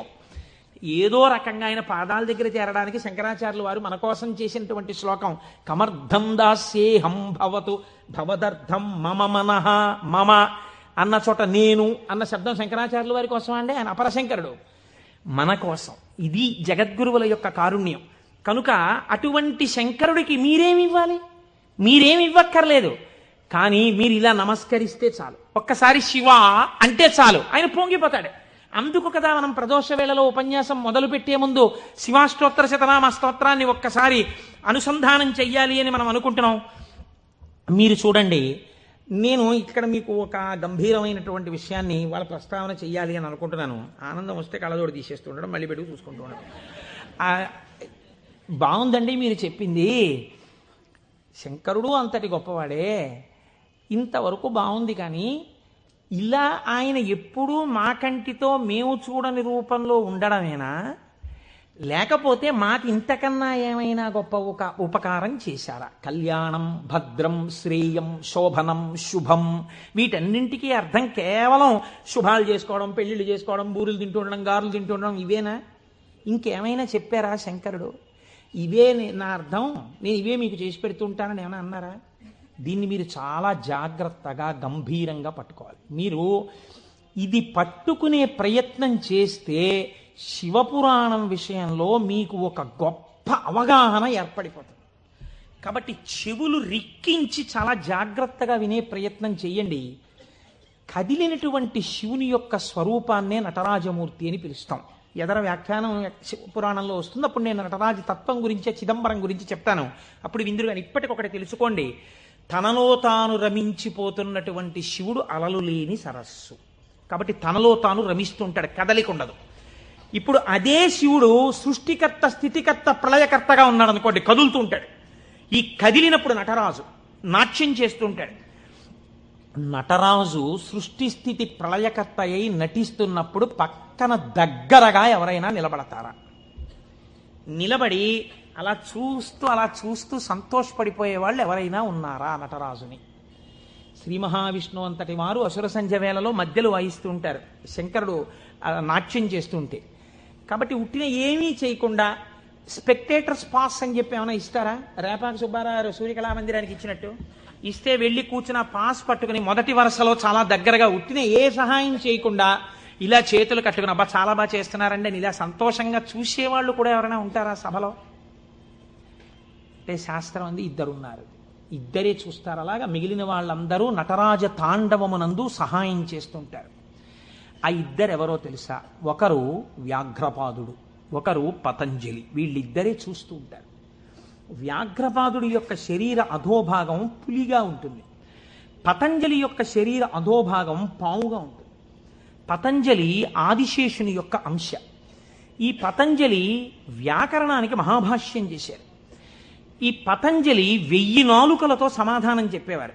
ఒకానొకసారి ఈ పతంజలి మహర్షి దగ్గరికి 1000 మంది శిష్యులు వచ్చి, అయ్యా మీ దగ్గర మేము వ్యాకరణం నేర్చుకోవాలనుకుంటున్నామని అడిగారు. పతంజలి మహర్షి అన్నారు, సరే మీకు 1000 మందికి నేను నేర్పుతాను ఏకకాలంలో.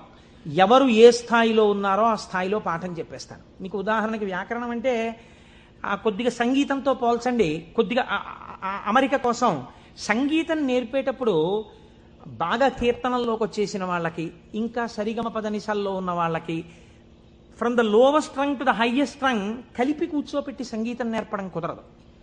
ఎందుకనంటే ఎవరికి వాళ్ళకే టైం ఉండాలి, వాళ్ళ స్థాయికి తగినట్టు వాళ్ళకి చెప్తూ ఉండాలి. వ్యాకరణ మహాభాష్యం చెప్పేటప్పుడు 1000 మంది 1000 రకాలైన ప్రశ్నలు వేస్తారు. 1000 మందికి ఒకేసారి జవాబు చెప్పాలి. కాబట్టి ఇప్పుడు తాను ఎలా చెప్పాలి? తాను ఆదిశేషుడు కనుక శేషాంశతో చెప్పాలి. 1000 నాలుకలతో చెప్తాను. కానీ 1000 నాలుకలతో చెప్పినప్పుడు ఒక ప్రమాదం ఉంది. శేషాంశతో ఉంటాను, దానిలో విషపు గాలి కూడా వస్తుంది. ఎదురుగుండా కూర్చున్నవాడు బూడిదైపోతాడు. కాబట్టి తెర అడ్డం కడతాను. ఇది చిదంబరంలో జరిగిందండి యథార్థంగా. నేను ఒక తెర అడ్డం కట్టి లోపల నేను కూర్చుంటాను, మీరు బయట కూర్చోండి. మీరు ప్రశ్నలు అడుగుతూ ఉండండి, నేను చెప్పేస్తుంటాను 1000 నాలుకలతో. ఒక్క నియమం, 1000 నాలుకలతో నేను కష్టపడి 1000 మంది శిష్యులకు సమాధానం చెప్పడానికి కూర్చుని ఉండగా ఎవడైనా సరే నేను పాఠం పూర్తయిందనే లోపల లేచి వెళ్ళిపోతే వాడు బ్రహ్మరాక్షసుడైపోతాడని చెప్పి శాపం పెడుతున్నానన్నారు.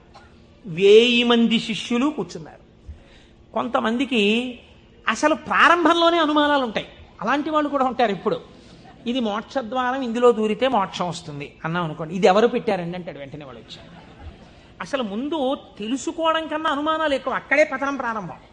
విన్నదాన్ని మననం చేసి దీన్ని మనం ఎంత అనుష్ఠానంలోకి తెద్దామని చూడకుండా మనం ఇన్న అనుమానాలు ఇందులో తెచ్చేసుకుందాం అనేటప్పటికీ అవి ఎప్పటికీ ఆగవు. మీకు ఎప్పటికీ ఆగవు అనుమానాలు. ఇప్పుడు ఏమైపోయింది, ఇందులో ఒకటికి అనుమానం వచ్చింది. ఏమిటో వెళ్ళిపోతే బ్రహ్మరాక్షసుడు అంటున్నాడు. ఈ మాట వినగానే అసలు నాకు తోచడం మానేసింది. అసలు ఈయన మొదలెట్టే లోపలే కాసేపు బయటికి వెళ్ళి తిరిగి వస్తే మనశ్శాంతిగా ఉంటుంది. పాఠం మొదలెట్టే లోపల వచ్చేద్దామని ముందే వెళ్ళిపోయాడు ఆయన. పాఠం మొదలెట్టేటప్పటికి వద్దాం, కాస్త మనశ్శాంతి వస్తుంది. లేకపోతే ఈయన ఏమిటో లోపల నేను 1000 నాలుకలు అంటున్నాడు, తెరత్తకూడదు అంటున్నాడు, ఓరు నాయనో ఇదంతా ఏ గొడవగా ఉంటుందో, వెళ్ళిపోతే బ్రహ్మరాక్షసుడు అంటాడు. ముందే కాస్త తిరిగి వస్తే, అలా తిరిగి వచ్చేస్తే కాస్త మనశ్శాంతిగా ఉంటుంది. అప్పుడు వచ్చి కూర్చుందాం పాఠానికని ముందే వెళ్ళిపోయాడు. అంటే ఎలా ఉంటారో చూడండి లోకం.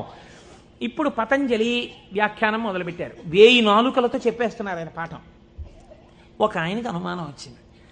ఏమిట్రా 1000 మంది అడుగుతున్నాం, 1000 మందికి చెప్పేస్తున్నాడు సమాధానాలు, ఎలా చెప్తున్నాడు రా ఈయన? తెర అడ్డం కట్టాడు, నేను చెప్తాను లేండి అన్నాడు. నిజంగా అసలు ఎలా చెప్పగలుగుతున్నాడో ఒక్కసారి చూద్దామని. చూడండి, సేవ చేస్తున్నారు పరమాత్మకి అని తెరడ్డం పెడితే ముందు వరుసలో కూర్చున్నవాడు తెరెత్తి చూస్తుంటాడు. ఎంత తప్పది అంటే అది కూడా భక్తి. కాబట్టి అలా ఆ పతంజలి అటు కూర్చుని ఉండగా ఒక శిష్యుడు ఏం చేశాడంటే మెల్లిగా తెరెత్తాడు. తెరెత్తి చూశాడు. చూసేటప్పటికి విషపు గాలి వాడు ఒక్కడి మీదకే పెడుతుందా? ఈ 999 మంది బూడిదైపోయాడు. అట్నుంచి ప్రశ్న ఆగిపోయింది. ఆగిపోగానే పతంజలికి అనుమానం వచ్చింది. ఏదో జరిగిందని ఆయన పాఠం ఆపి లేపి తెర తీసి చూశారు. బూడిద రాసులు ఉన్నాయి. అరేరే చచ్చిపోయారా 1000 మంది అనుకున్నారు. ఇంతలో పాఠం వినడానికి కొంచెం మనశ్శాంతితో వద్దామన్నవాడు వచ్చాడు. నువ్వు ఎక్కడికి వెళ్ళావురా అని అడిగారు ఆయన. అది నేను చెప్తాను కానీ వీళ్ళు ఏమిటంటే 999 బూడిద కుప్పలు ఏమిటండి అన్నాడు వాడు. వాడు బుర్ర మరీ పాడైపోయాడు. ఆయన అన్నారు, కంగారు పడకు, నేను ముందే చెప్పాను కదా తెరెత్తద్దని. ఎవడో ఎత్తాడు, బూడిదైపోయారు.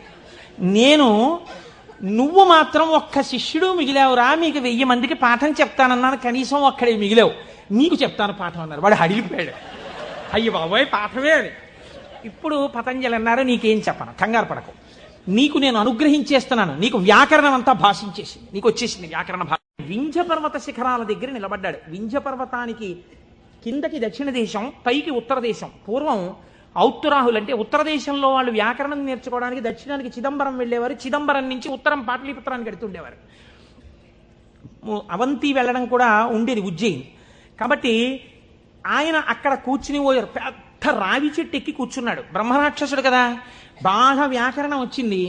అందుకని ఇటుగా వస్తున్న వాళ్ళని ఆపేవాడు. ఆ రోజుల్లో వ్యాకరణం నేర్చుకోవాలి అంటే, ఆ రోజుల్లో ఏంటి యథార్థం అంతే, వ్యాకరణం నేర్చుకోవాలి అన్నా, వేదం నేర్చుకోవాలి అన్నా ఉపనయనం చేసుకోవాలి. ఉపనయనం చేసుకుని గాయత్రీమాత యొక్క అనుగ్రహాన్ని పొందితే తప్ప వేదం చదవడానికి కానీ వ్యాకరణం చదువుకోవడానికి కానీ అర్హత ఇచ్చేవారు కాదు. కాబట్టి ఇప్పుడు ఈయన ఉపనయనం అయిపోయినటువంటి బ్రహ్మచారులు ఎవరైనా వ్యాకరణం నేర్చుకోవడానికి ఎడుతుంటే వాళ్ళని ఆపుతుండేవాడు. ఆపుతూ వ్యాకరణ సంబంధమై పతంజలికి మాత్రమే తెలుసున్న ఒక గంభీరమైన లోతైన ప్రశ్న అడుగుతుండేవాడు. పచ్చనేటటువంటి ధాతువు మీద త అనబడేటటువంటి నిష్ఠా ప్రత్యయం కలిస్తే పచధాతువునకు నిష్ఠలో రూపం ఏ రకంగా వస్తుంది అని అడిగేవాడు. సాధారణంగా వ్యాకరణంలో దీన్ని తెలియని వాళ్ళు ఏమంటారంటేట పక్వం అంటారట. వెంటనే పక్వం అనగానే ఆయన అనేవాడు, బాగా పక్వం అయ్యావురా ఈ జవాబు చెప్పని నోట్లో పడేసుకునేవాడు.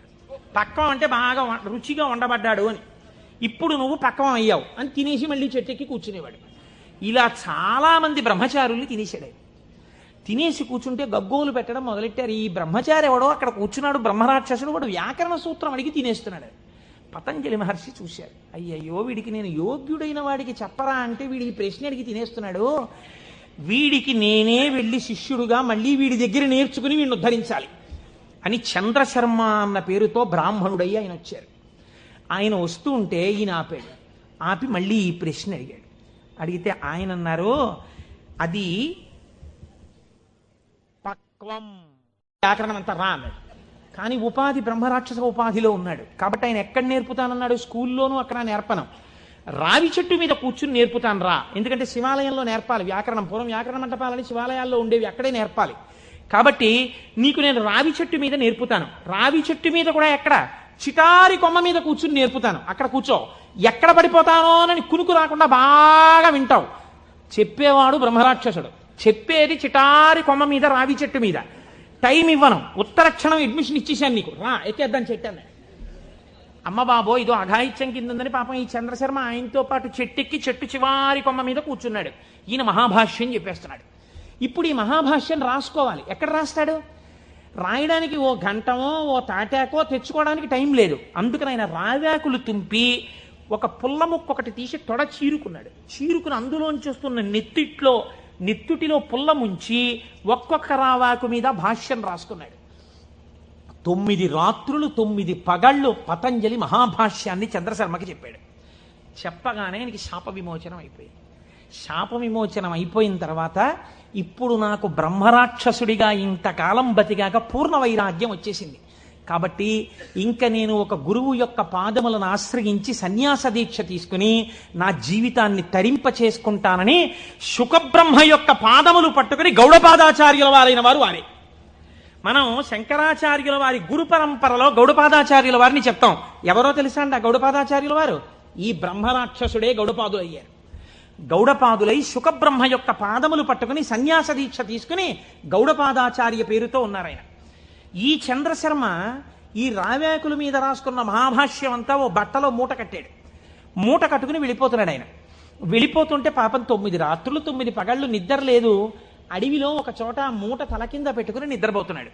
ఎక్కడి నుంచో మేక వచ్చింది. ఇవేవో రావేకులు బాగానే ఉన్నాయని ఆ మూటలో మూతెట్టి లాగేసి కొన్ని ఆకులు తినేసి. ఇప్పుడు ఆ వ్యాకరణంలో ఉన్న మహాభాష్యంలో పోయిన ఆకుల్ని ఏమని పిలుస్తారో తెలుసా అండి?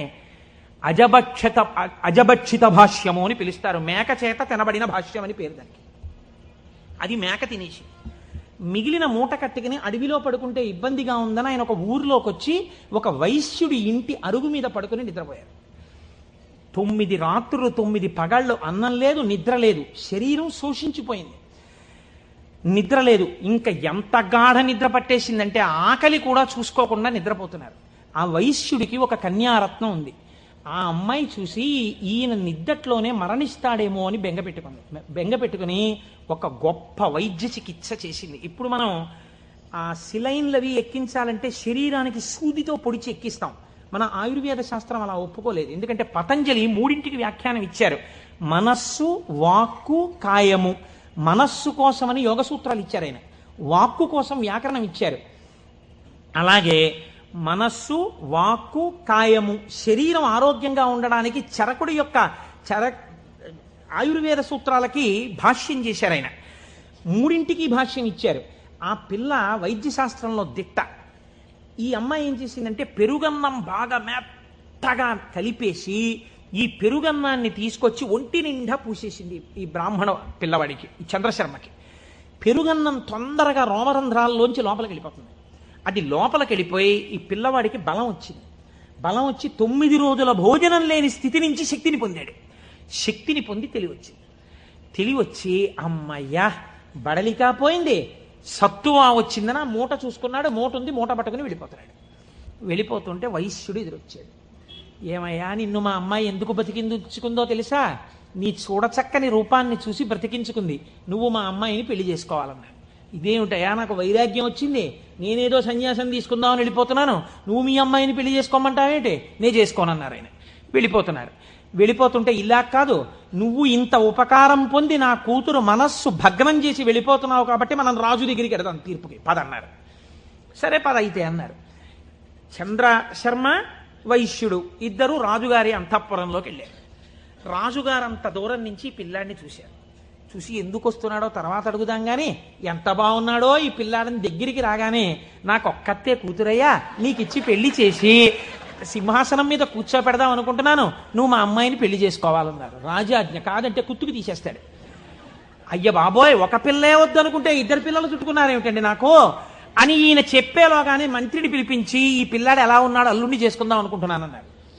ఆహాహా ఏమి తేజోమూర్తి అండి ఇలాంటి వాడు, ఉత్తరోత్తర సింహాసనం మీద కూర్చుంటే మన రాజ్యానికి ఇంకా ఎదురుండదు, తప్పకుండా పిల్లనిచ్చేయండి అన్నారు. 2 పిల్లల్ని ఇచ్చి పెళ్లి చేసేస్తామన్నారు. అసలు నా గోడు వినేవాళ్ళు లేడు మహాప్రభో, నేను వైరాగ్యం ఉందిరా నాకు పిల్లలొద్దు పెళ్ళొద్దంటే 2 తయారయ్యారు ఏమిటి, నాకు పైగా రాజభోగం కూడా వచ్చింది.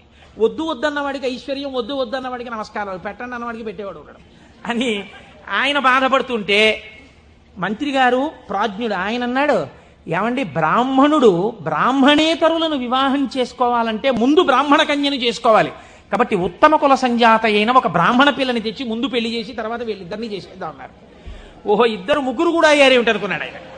ముందు ఆయన గోడు వినేవాళ్ళు లేడు. బ్రాహ్మణ కాంతని తెచ్చారు, వైశ్యకాంతని తెచ్చారు, క్షత్రియ కాంతని తెచ్చారు, తాళి కట్టేవారు. ఆయన అన్నాడు, మీరు ఎలాగో ఇప్పుడు పెళ్ళొద్దంటే వినరు, ఆయన విండు, ఈయన విండు, ఒక్క ఉపకారం చేయండి. మీకు నా తేజస్సు చూసి పొంగిపోతున్నారు కదా, మీ 3 కుమార్తెల యందు నేను సంతానమును పొందుతాను. 3కి కొడుకులు పుట్టగానే నేను సన్యాసానికి వెళ్ళిపోవడానికి నాకు అనుమతి ఇవ్వాలన్నాడు. తప్పకుండా అలాగే ఇస్తామన్నారు.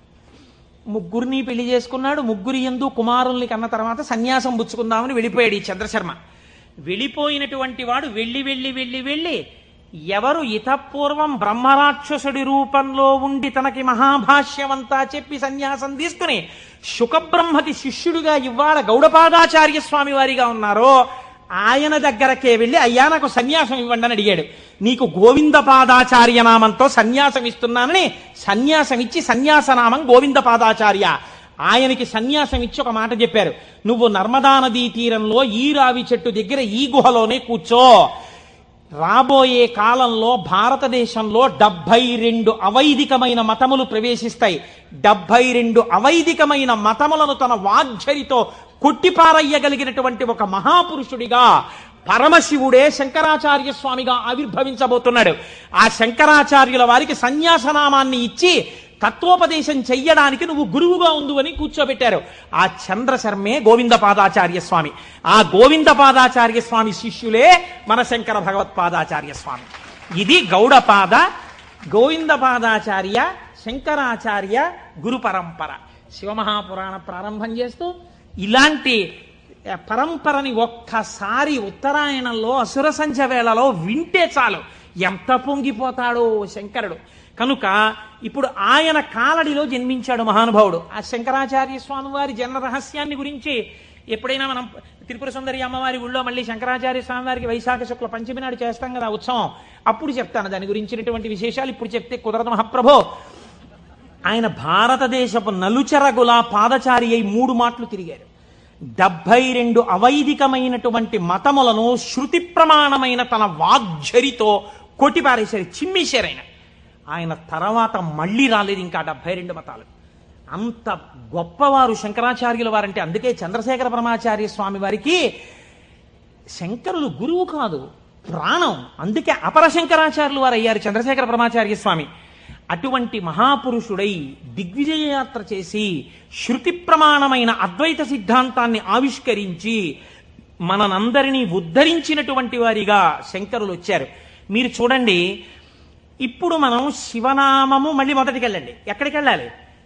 అమరకోశంలో శివనామమునకు చెప్పినటువంటి వ్యాఖ్యానములో శివుణ్ణి ఏ రకంగానైనా పట్టుకుంటే మిమ్మల్ని ఉద్ధరించగలడు దగ్గర నుంచి శ్రేయం, మంగళం, కళ్యాణం, భద్రం, శ్రేయస్సు, శోభనం, ఇవి కేవల మంగళములేనా, ఇంకేమన్నా ఉన్నాయా దగ్గరికి వెళ్ళండి. అందుకు తీసుకొచ్చాను దీన్ని. ఇప్పుడు ఇక్కడి నుంచి అక్కడికి వెళ్ళండి. మళ్ళీ ఒక్కసారి వెడితే మీకు ఈ శివనామమును ఎక్కడ దాచారు? శివనామము పంచాక్షరిగా కదండి ఉంది. నమశివాయ అని పంచాక్షరి. నమశివాయ అన్న మాట చెప్పడానికి వేదం ఎంత కట్టడి చేసి చెప్పింది, ఎంత జాగ్రత్తగా చెప్పింది పంచాక్షరి మంత్రాన్ని. మీరు జాగ్రత్తగా చూడండి, ఇది జాగ్రత్తగా గమనించండి. మీరు అయ్యప్ప స్వామి దర్శనానికి వచ్చారనుకోండి, అలా గేటు దగ్గర నిలబడి అయ్యప్ప స్వామి దర్శనం చేసుకుంటానంటే మీకు కనపడరు. మీరు అక్కడ చెప్పులు విప్పాలి, లోపలికి రావాలి, ఇక్కడ ఉన్నటువంటి పరివార దేవతలందరినీ దర్శనం చెయ్యాలి, మెట్లెక్కాలి, గణపతికి సుబ్రహ్మణ్యుడికి ప్రదక్షిణం చెయ్యాలి, ధ్వజస్తంభం పక్క నుంచి లోపలికి వెళ్ళాలి, స్వామికి ఒక పక్కకి వెళ్ళి నిలబడి ఆయన వంక చూస్తే అప్పుడు మీరు సంతోషంగా స్వామి దర్శనం చేస్తారు. అలాగే ఈ పంచాక్షరిని వేదం ఎక్కడ దాచిందో చూడండి. మనకి వేదములు 4 అయినా సాధారణంగా మనం ఏమంటామంటే 3గా వ్యవహరిస్తాం సంప్రదాయంలో. అందుకే శంకరాచార్యులు వారు కూడా శివానంద లహరిలో త్రైవేద్యం హృద్యం త్రిపురహరమాద్యం త్రినయనం అన్నారు. త్రైవేద్యం అనడానికి ఒక కారణం ఉంది. ఋగ్వేదం, యజుర్వేదం, సామవేదం ఈ 3 వేదాలు నేర్చుకోవడానికి ఒక్కసారి ఉపనయనం చేసుకుంటే చాలు. ఒకసారి ఉపనయనం చేసుకుంటే 3 వేదాలలో ఉండేటటువంటి సారాంశమునకు కూడా ఒక సావిత్రి ఉపదేశం, ఒక గాయత్రి ఉపదేశంతో 3 వేదాలు చదవచ్చు. అథర్వ వేదం చదువుతాను అన్నారనుకోండి ఎవరైనా, ఈ 3 వేదాలు చదవడానికి కావలసినటువంటి ఉపనయనం సరిపోదు.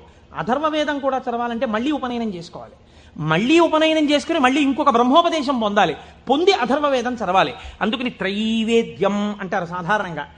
ఈ 3 వేదములు ఋగ్వేదం, యజుర్వేదం, సామవేదం, మీరు 3 అలా పెట్టారనుకోండి, ఒక దేవాలయ ప్రాంగణం ఉన్నట్టుగా 3 వేదాలు అలా పెడితే ఈ 3 వేదాలకి మధ్యలో ఏ వేదం ఉంది?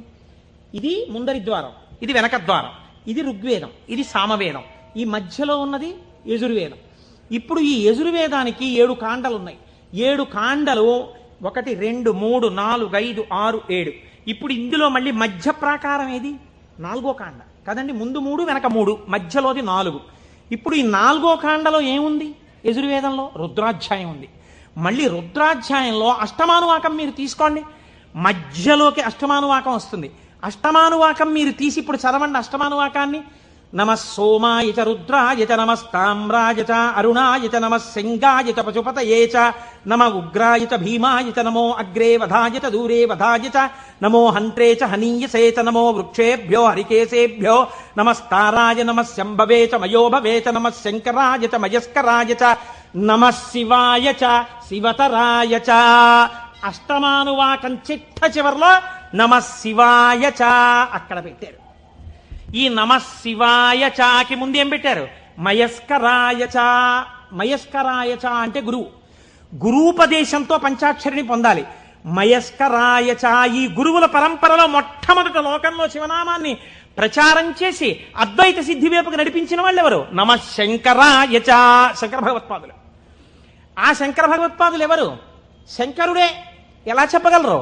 రుద్రాధ్యాయంలోనే అభిషేక మంత్రాల్లోనే ఒక చోటు ఉంది, నమ కపర్దినేచ వ్యుక్తకేశాయ చ అని. కపర్దినేచ అంటే పెద్ద జటాజూటం ఉన్నవాడు, వ్యుక్తకేశాయ చ అంటే అసలు వెంట్రుకలు లేనివాడు, మొత్తం పూర్ణమండలం చేయించేసుకుని గుండు చేయించేసుకుని ఉన్నవాడు. అలా ఎలా కుదురుతుందండి? పక్కనే ఉన్న నామంలో పెద్ద జటాజూటమా, ఆ పక్కనే ఉన్న నామంలో ఒక్క వెంట్రుక కూడా లేనటువంటి గుండుతో ఉన్నవాడా? ఈ రెండు ఎలా సమన్వయం అవుతాయి అంటే పెద్దలన్నారు, నీ ఇష్టం వచ్చినట్టు చెప్పడానికి వీల్లేదయా, అలా వ్యుక్తకేశాయచ గుండుతో శివుడున్నాడని ఎక్కడైనా చెప్పారా అంటే వ్యాస భగవానుడు వాయుపురాణంలో చెప్పారు గుండుతో శివుడున్నాడు అని. గుండుతో శివుడు ఎక్కడున్నాడు? ఎందుకంటే దక్షిణామూర్తిగా కూడా జటాజూటంతో ఉంటారు, శివుడిగా జటాజూతంతో ఉంటారు. పూర్ణముండనంతో గుండు చేయించుకున్నటువంటి శివస్వరూపం లేదు. మరి వాయుపురాణం ఎలా చెప్పింది ఉన్నాడని అంటే, వాయుపురాణం ఒక విషయాన్ని వ్యాస భగవానుడు ప్రతిపాదన చేస్తూ చెప్పారు. చతుర్భిః సహ శిష్యైస్తు శంకరో అవతరిష్యతి. నలుగురు శిష్యుల మధ్యలో కూర్చుని గుండుతో ఉండి మీద బట్ట కప్పుకున్న సన్యాసి రూపంలో ఎవరు కనపడుతున్నాడో ఆయనే పరమశివుడు అని చెప్పింది. ఇప్పుడు నలుగురు శిష్యుల మధ్యలో కాషాయ బట్ట ఇలా గుండు మీద వేసుకుని చేతిలో వేదాలు పట్టుకుని ఇలా చిన్ముద్ర పట్టి కూర్చున్నది ఎవరండి? శంకరాచార్య స్వామి.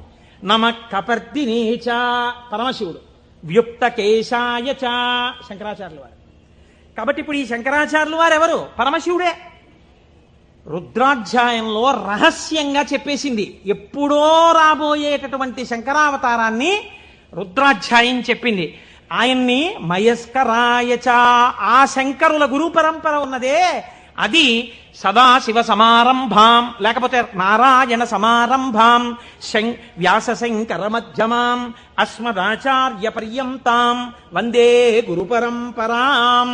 ఆనాడు పరమశివుడు కపర్ది అని ఇంత జుత్తుతో ఉన్నవాడి నుంచి ప్రారంభమైనటువంటి ఈ గురు పరంపర మధ్యలో శంకరాచార్య స్వామి ఉంటే, ఈనాడు నాకంటి ఎదుట నాకు శంకరాచార్య స్వరూపమై నన్ను నిలబెట్టి ఆశీర్వదించి నడుపుతున్నటువంటి నా గురువు బ్రహ్మశ్రీ మల్లంపల్లి అమరేశ్వర ప్రసాద్ గారి వరకు ఆ గురు పరంపరయే నడుచుచున్నది.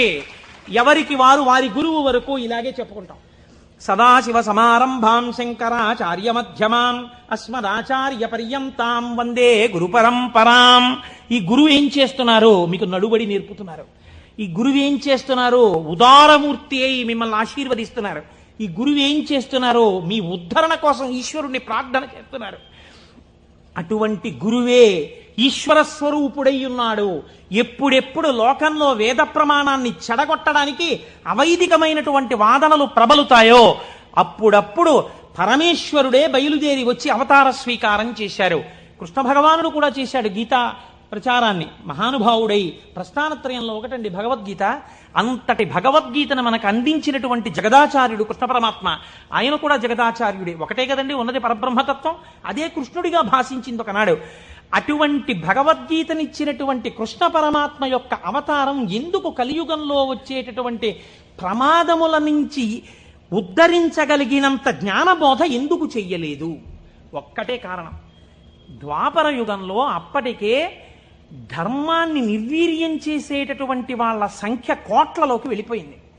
కృష్ణావతారం ప్రారంభం నుంచే ఎంత రాక్షస సంహారం చేశాడండి మహానుభావుడు. కన్నులు తెరువని కడుచిన్ని పాపడై దానవి చనుబాలు త్రావి చంపే పూతనా సంహారంతో మొదలుపెట్టి ఎంతమంది రాక్షసుల్ని చంపాడు. జరాసంధాది రాక్షసులందరినీ ముందే చంపకపోతే కురుక్షేత్రంలో నిజంగా పాండవులు నిలబడగలరా? ఇంతమందిని చంపాడు. అవతారంలో ఉన్న తక్కువ సమయంలో ఆయన కురుక్షేత్ర మధ్యంలో సమస్త వాంగ్మయాన్ని భగవద్గీత రూపంలో బోధ చేశాడు. కానీ అది సరిపోదేమో. కలియుగం అంటే అసలు మనస్సు నిలబడనటువంటి యుగం. మరి మనస్సు నిలబడదు, కలిపురుషుడి యొక్క ప్రకోపాలు చాలా ఎక్కువగా ఉంటాయి అన్నప్పుడు ఇంకా ఈ గురువులు ఎందుకు, ఈ బోధలు ఎందుకని మీరు నన్ను అడగచ్చు. దానికి ఒక్కటే జవాబు పరమాచార్య స్వామి వారు చెప్పినటువంటివి. నేను ఉపన్యాసాల్లో చెప్పే చాలా భాగాలు పరమాచార్య స్వామి వారివి. కాబట్టి ఆయన అంటారు, మీరు చూడండి దొంగలు పడుతున్నారు, కాకినాడకి దొంగల ముఠాలు వచ్చాయి, దొంగలు కొట్టేస్తున్నారు, ఇళ్ళు దొంగలు కొట్టేస్తున్నారు అన్నారు అనుకోండి. ఎంత జాగ్రత్తగా ఉన్నా దొంగలు కొట్టేస్తున్నారండి అని తాళం తీసేసి తలుపులు తెరిచి వస్తామా? ఏదో ఒక కట్టడి చేస్తాం. చేసి అమ్మ ఏదో ఒకటి సాయంకాలం కాసేపు వాడు ఏదో చెప్పాడో చెప్పలేదో కానీ శివనామస్మరణ చేయిస్తున్నాడమ్మా, అక్కడికి వెళ్ళొస్తాం, అందుకని కాస్త మా గుమ్మను చూస్తుందరు తల్లి, మీరేదో ఇక్కడే కుర్చీ వేసి కూర్చోండి, లేకపోతే మీ అబ్బాయిని మా ఇంట్లో చూస్తుండమనండి, టీవీ కాసేపు కరెంటు పోయినా పర్వాలేదు మహాప్రభు మాకు మీ వాడిని కూర్చోమనండి అంటాం. కట్టడి చేస్తున్నారా చేయట్లేదా? ఏదో రకంగా. కలిపురుషుడు ఎంత ప్రకోపంతో ఉండడానికి ప్రయత్నించినా మీరు ఈశ్వరుడి పాదాలు గట్టిగా పట్టుకోవడానికి ప్రయత్నించాలి కదా.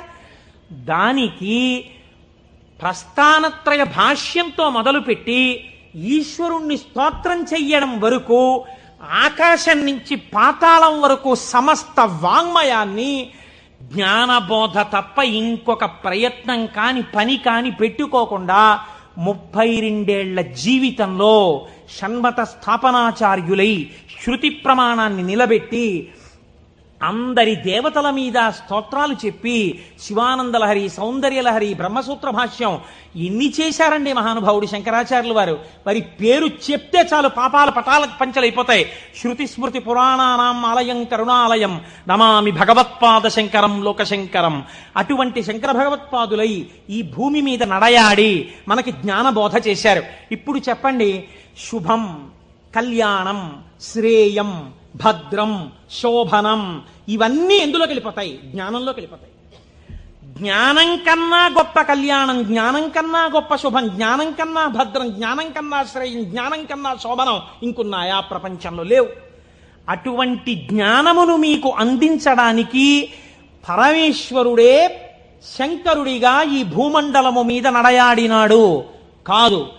ఇప్పుడు కూడా శంకరుడు కరచరణాదులతో తిరుగుతున్నాడు.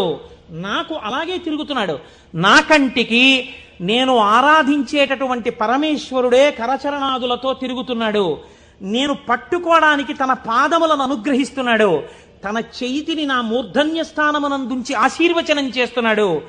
నాకు అనుమానం వస్తే రాత్రనక పగలనక నేను వెళ్ళి పరిగెత్తికెళ్ళి కూర్చుని, గురువుగారు దీనికి ఎలా చెప్పాలండి అంటే, నాన్న నీకు ఫోన్ చేసి చెప్తాను, ఇప్పుడు టైం లేదని ఫోన్ చేసి, నాన్న నువ్వు అడిగిన శ్లోకానికి ఇది వ్యాఖ్యానం అని ఫోన్ చేసి చెప్పగలిగినటువంటి ఉదారుడై ఆ పరమశివుడు, ఆ శంకరుడు నాకు మల్లంపల్లి అమరేశ్వర ప్రసాద్గా నడయాడుతున్నారు. మీకు మీ గురువుగా నడయాడుతున్నారు. తిరుగుతున్నారా? తిరగట్లేదా?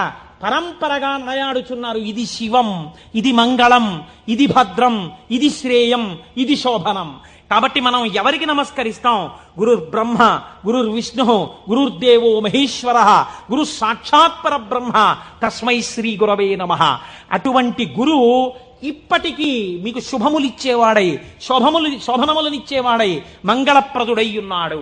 కాబట్టి రుద్రాధ్యాయం, వేదములు అంత జాగ్రత్తగా సమన్వయం చేస్తూ ఆ శంకరులు వస్తారని అంత స్థితిని పతంజలి నటరాజస్వామి దర్శనం దగ్గర నుంచి మొదలుపెట్టి పక్కన ఇలా నిలబడి నటరాజ తాండవం చూసినందుకు, ఒకనాడు నేను ఈ శంకరుడే శంకరాచార్యులు వారిగా వస్తే తత్వబోధ చేసేటటువంటి వాణ్ణి లోకంలో తయారు చెయ్యాలని గోవిందపాదాచార్యుల వారిగా సిద్ధం చేయించుంచారు.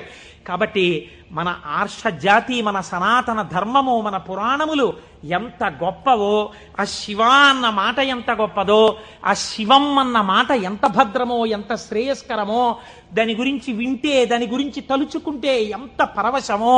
పవి పుష్పంబగు అగ్ని మంచగు నాకూపారం భూమిస్థలంబగు శత్రుండతి మిత్రుడవు విషము దివ్యాహారమౌ నెన్నగా అవనీమండలి లోపలం శివ శివేచ్ఛాభాషణోల్లాసకిన్ శివ నీ నామము సర్వవశ్యకరమౌ శ్రీకాళహస్తీశ్వర. శివ నీ నామం ఎప్పుడక్కర్లేదు, ఎప్పుడూ శివ శివేచ్ఛాభాషణోల్లాసకిన్ శివ నీ నామము సర్వవశ్యకరమౌ, ఎప్పుడూ నీ నామం అవసరమే అంటారు దూర్జటి కాళహస్తీశ్వర శతకంలో. అటువంటి శివనామం గురించి, ఆ శివనామము గురువై ఎలా నడుస్తున్నారో గురించి, ఆ శివనామము ఎటువంటి మంగళప్రదుడో గురించి, ఎంతగా భక్తులను ఆదుకునే స్వరూపమున్నవాడో గురించి ఇవాళ మొట్టమొదటి రోజున ఆవిష్కరించే ప్రయత్నం చేశాం. రేపటి రోజు నుంచి ఇలాగే మనం చక్కగా ప్రదోష వేళలో కలుసుకుని 6:30 అయ్యేటప్పటికి శివనామం చెప్పడం ప్రారంభం చేస్తే కాకినాడ పట్టణం ఆధ్యాత్మికతలో మరింత పైకెక్కుతుంది. నాదొక్కటే కోరిక. ఆనాడు మనం తరిగొండ వెంగమాంబ గారి గురించి ఉత్తరాలు రాశాం. నేను ఏడాది నుంచి చూస్తున్నాను వెంకటాచలంలో స్వామి పుష్కరిణి దగ్గర శంకరాచార్య స్వామి వారు 4 శిష్యులతో కలిసి ఉన్నారు. ఇవాళ ఎంత దౌర్భాగ్య స్థితితో తెలుసా అండి? ఎంతమంది ఆఫీసర్లు ఉన్నారో టీటీడీలో, ఎంతమంది బోర్డు మెంబర్స్ ఉన్నారో, ఎంతమంది ఆయన పేరు చెప్పుకుని బతుకుతున్నారో, ఎంతమంది దేవస్థానం డబ్బు తిని జీవితాలు గడుపుకుంటున్నారో. శంకరాచార్య స్వామి వారి పాదుకలకి ఉన్నటువంటి ఒక బొడిపె ఊడిపోయి ఏడాదైంది. ఆ బొడిపె కనీసం సరిదిద్దుతామన్న ఇంగితం ఇప్పటికి లేదు తిరుమల తిరుపతి దేవస్థానానికి. నాకు భయం లేదు, నేను సత్యం చెప్తున్నాను.